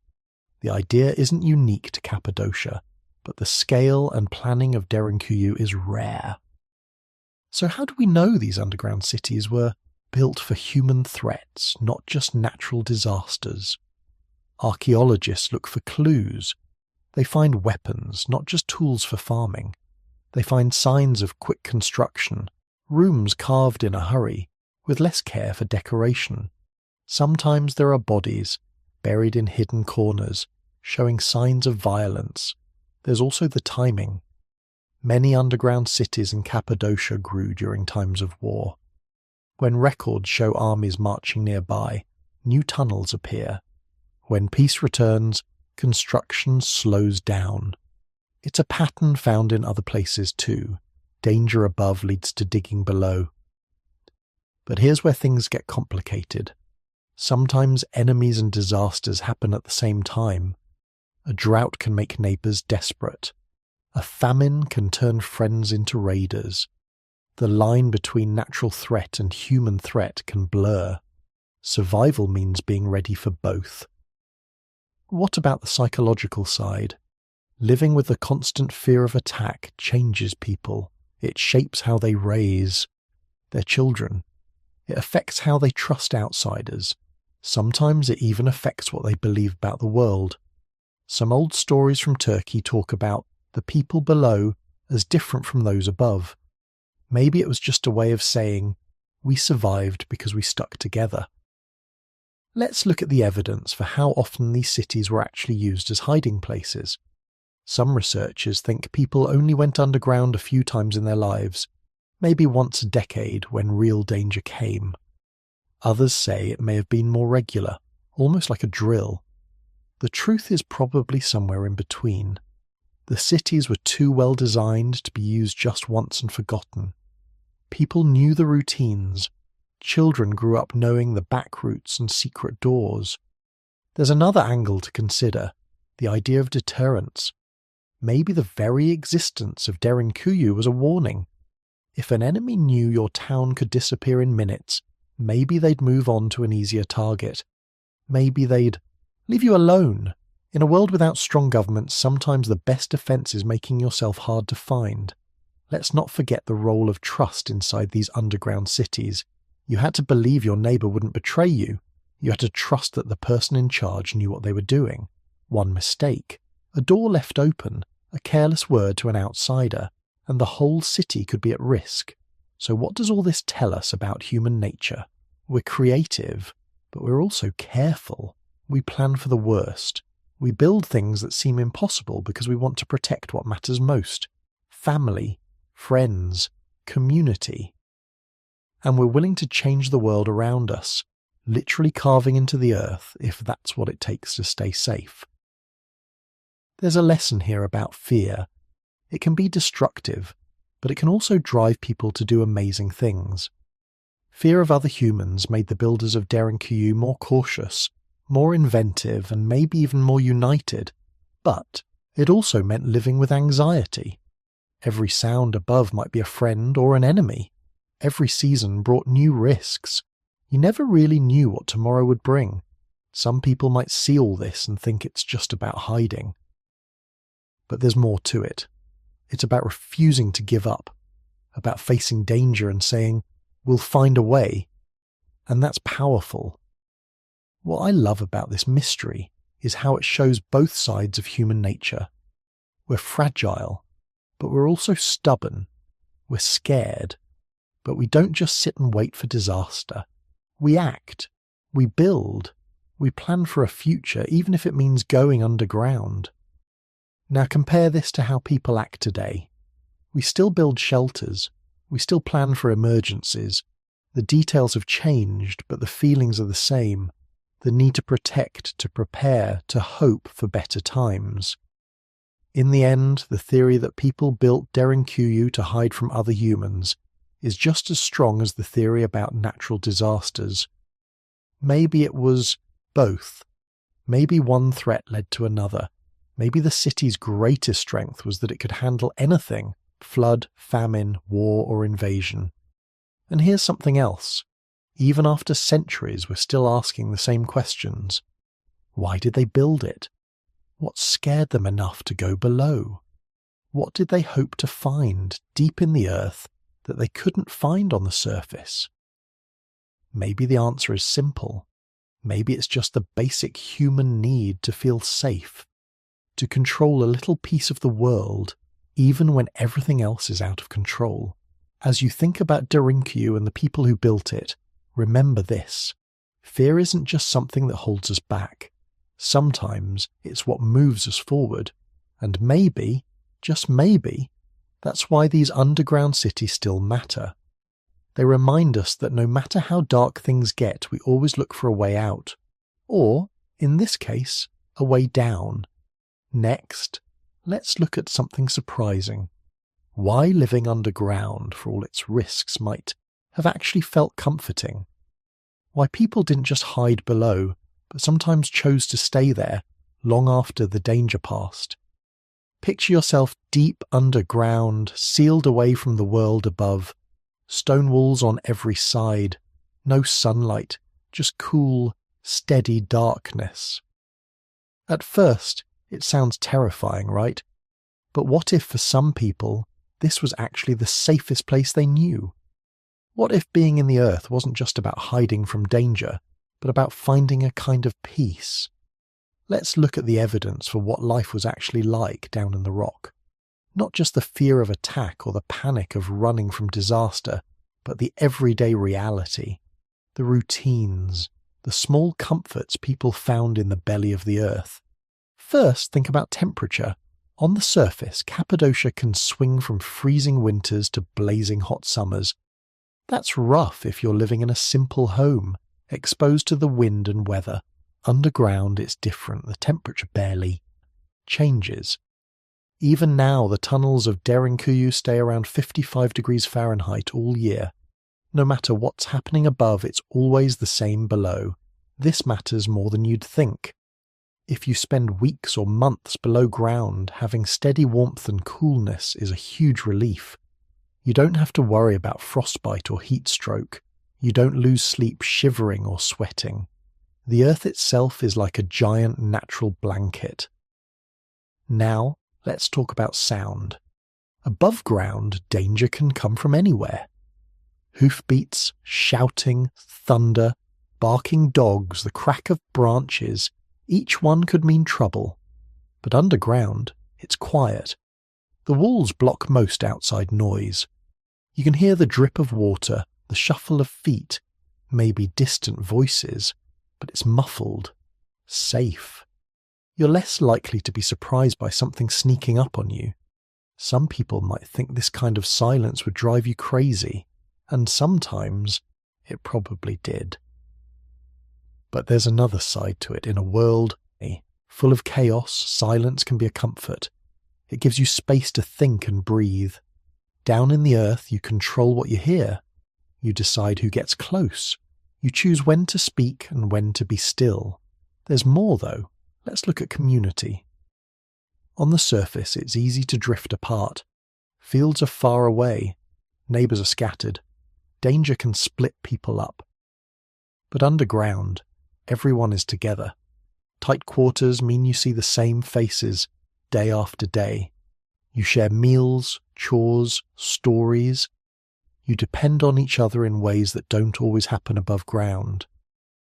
Archaeologists found evidence of this togetherness in Derinkuyu. There are rooms for gathering, big halls where people likely ate and talked. There are chapels carved into the rock with simple altars. There are schools where children learn from elders. There are even spaces for animals kept safe from harm. All of this points to a life that wasn't just about survival. It had structure, it had rhythm, it had hope. Let's get into the details. The kitchens are one example. They're not placed near the main tunnels.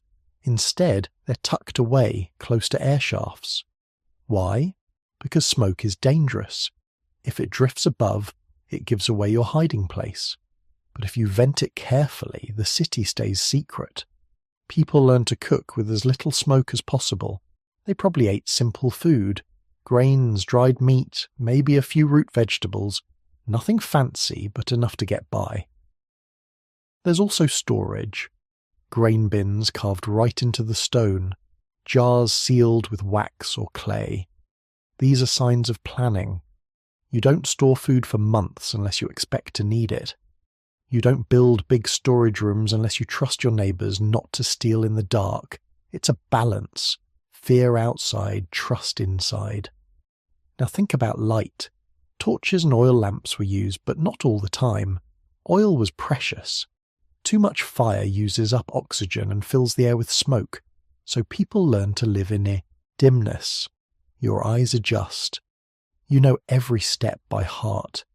Maybe you even start to like the soft glow, the way it hides wrinkles and shadows. There are signs that people decorated these spaces too. Simple carvings on walls, crosses and other symbols scratched into doorways. These weren't just for beauty. They marked spaces, told stories, gave comfort. Even underground, humans bring art with them. We want to make the world feel like home, even when it's carved from stone. Now, here's something you might not expect. Some people actually chose to live underground, even when they didn't have to. There are stories from local families who used the tunnels during peaceful times. Maybe it was cooler in summer, or safer for children. Maybe it was just tradition. Over time, the underground became part of life, not just an emergency plan.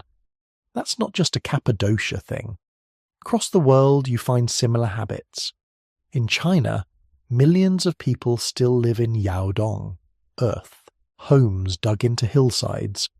In Tunisia, the Berber people built underground houses to escape desert heat. In Malta, old cave dwellings became permanent homes.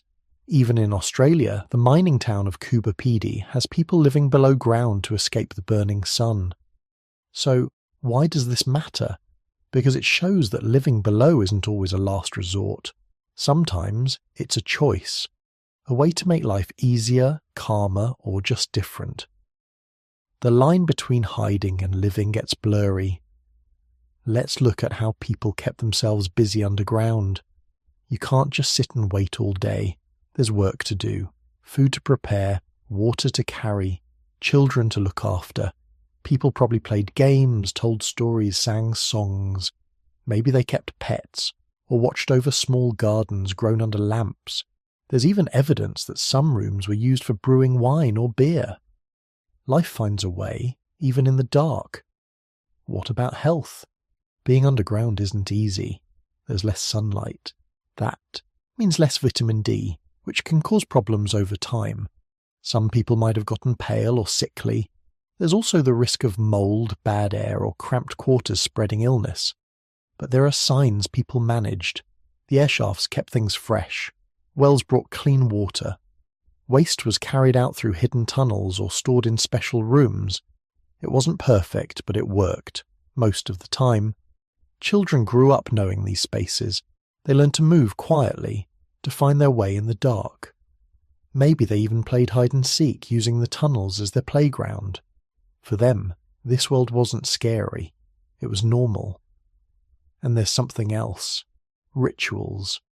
When the world is unstable, rituals keep people steady. Underground chapels, prayer rooms, and spaces for meditation show that people brought their beliefs with them. They didn't just wait for danger to pass. They looked for meaning. They hoped. They kept faith alive. Even in the deepest dark, let's talk about the sense of safety. On the surface, you never know what's coming. A storm, a stranger, a wild animal. Underground, you control the doors. You choose when to open and close them. You decide who enters, who stays, who leaves. That control is rare in ancient life. Even kings can't stop a flood, but a family can close a stone door. This control brings a sense of peace. It's like building a world within the world, a space where the rules are yours. For a while at least, you get to decide what happens. There's a kind of comfort in the earth itself.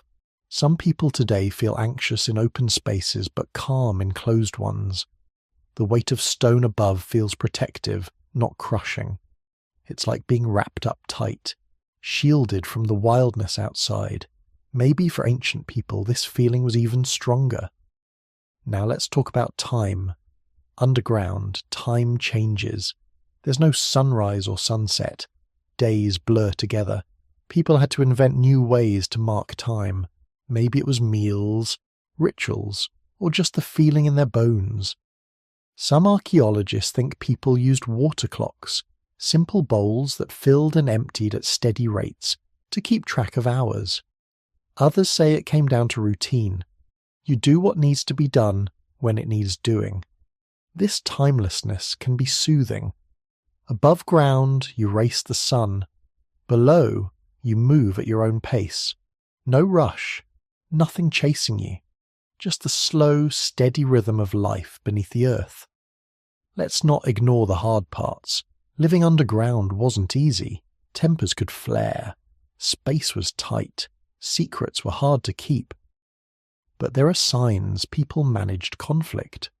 Some rooms are set apart, maybe for elders, leaders, or people who needed quiet. There are council spaces where decisions were likely made. Even in the dark, humans find ways to organize, to lead, to follow. Here's another angle, the idea of memory.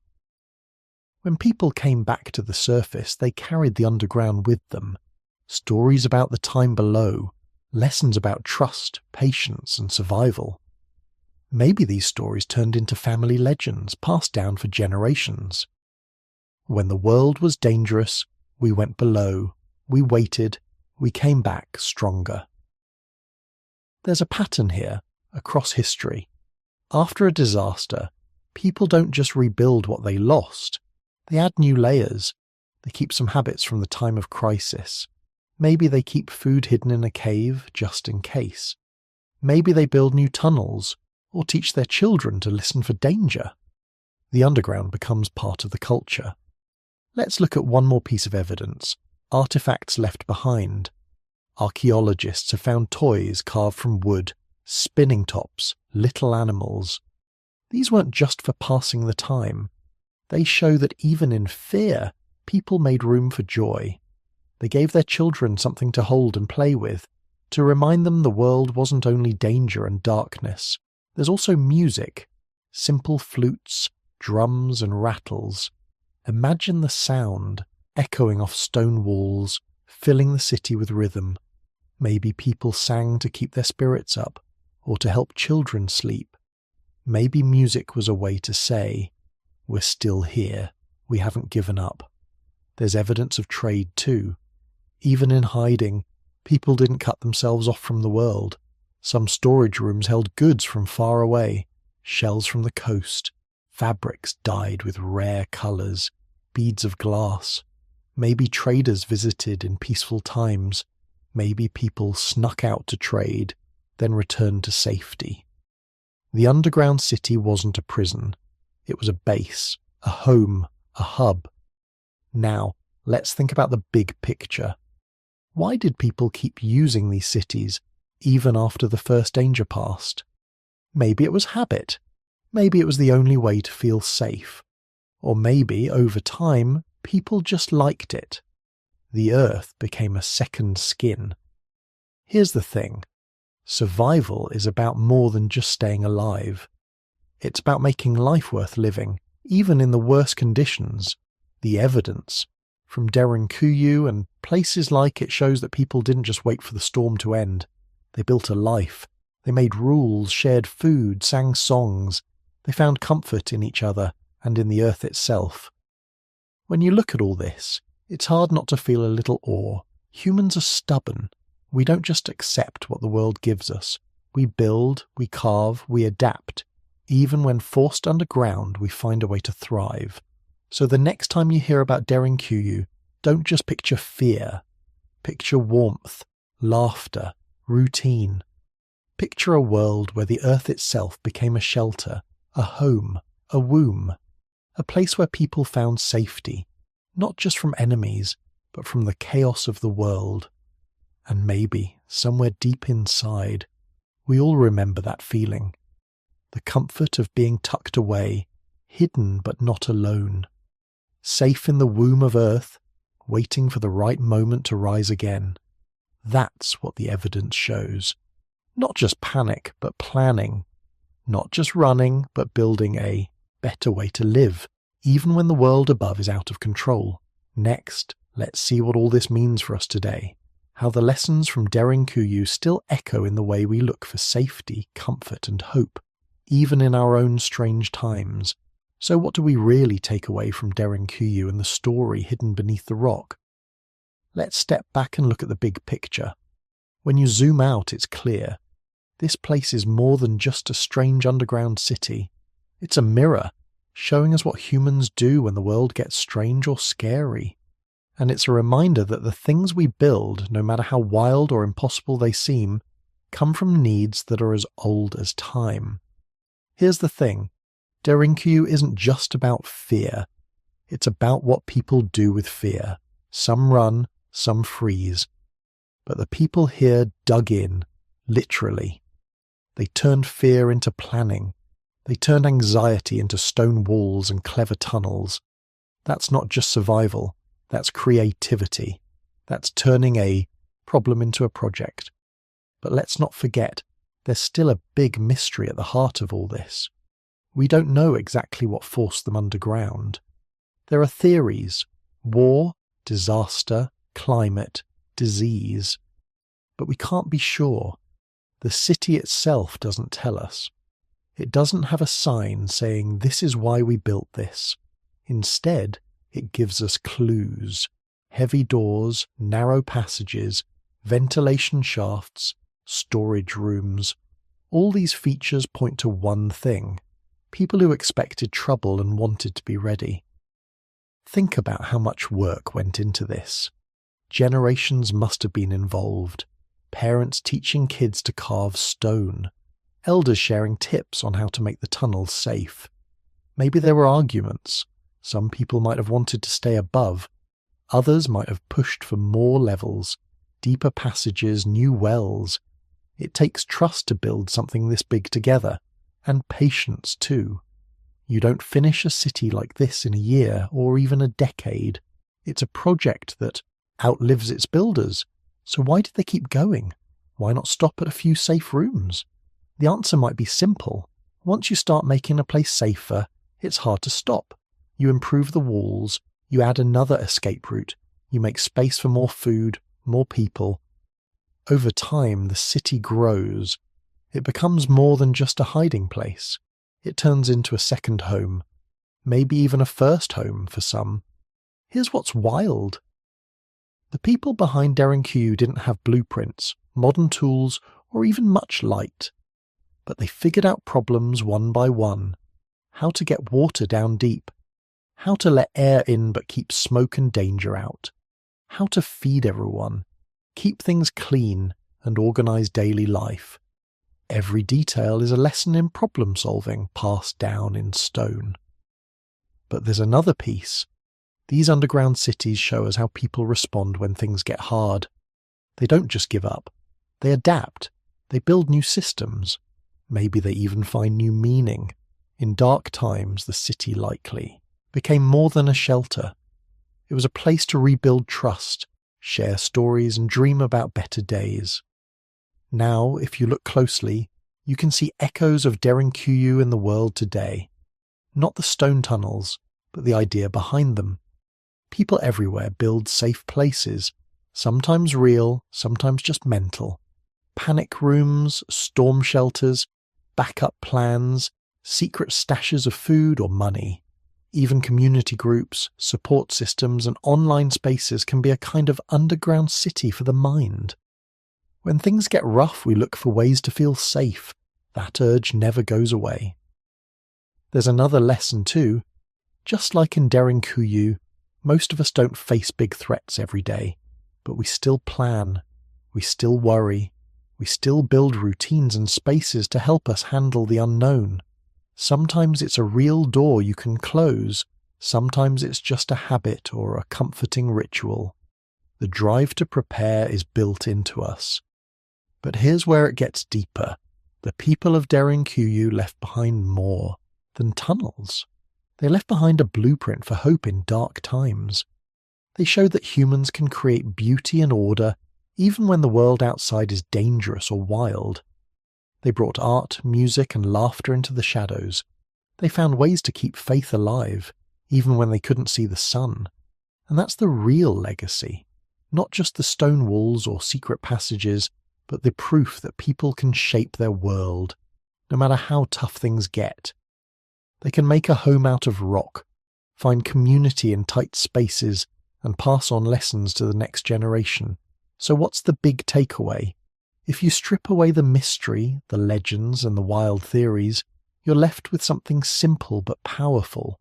People survive because they help each other. They think ahead. They build safety nets, both real and invisible. And even when forced underground, they don't give up on joy, culture, or hope. Maybe there's a lesson here for us too. We all face our own storms, sometimes outside, sometimes inside. Maybe we can't carve out tunnels or roll giant stone doors shut, but we can still build places of safety. We can plan, adapt, and look out for each other. We can find meaning, even in the dark. One last thought. Derinkuyu lasted for centuries. People came and went. Threats changed. The world outside moved on. But the city stayed, ready for whatever came next. Maybe that's the point. We can't control everything, but we can prepare. We can hope. We can make something strong enough to last, something that helps the next person or the next generation when their time comes. So tonight, as you settle in, remember this. Deep under the ground, people once found a way to turn fear into hope and stone into shelter. They left behind more than tunnels. They left a message for all of us. Be ready, be kind, and never let the darkness win.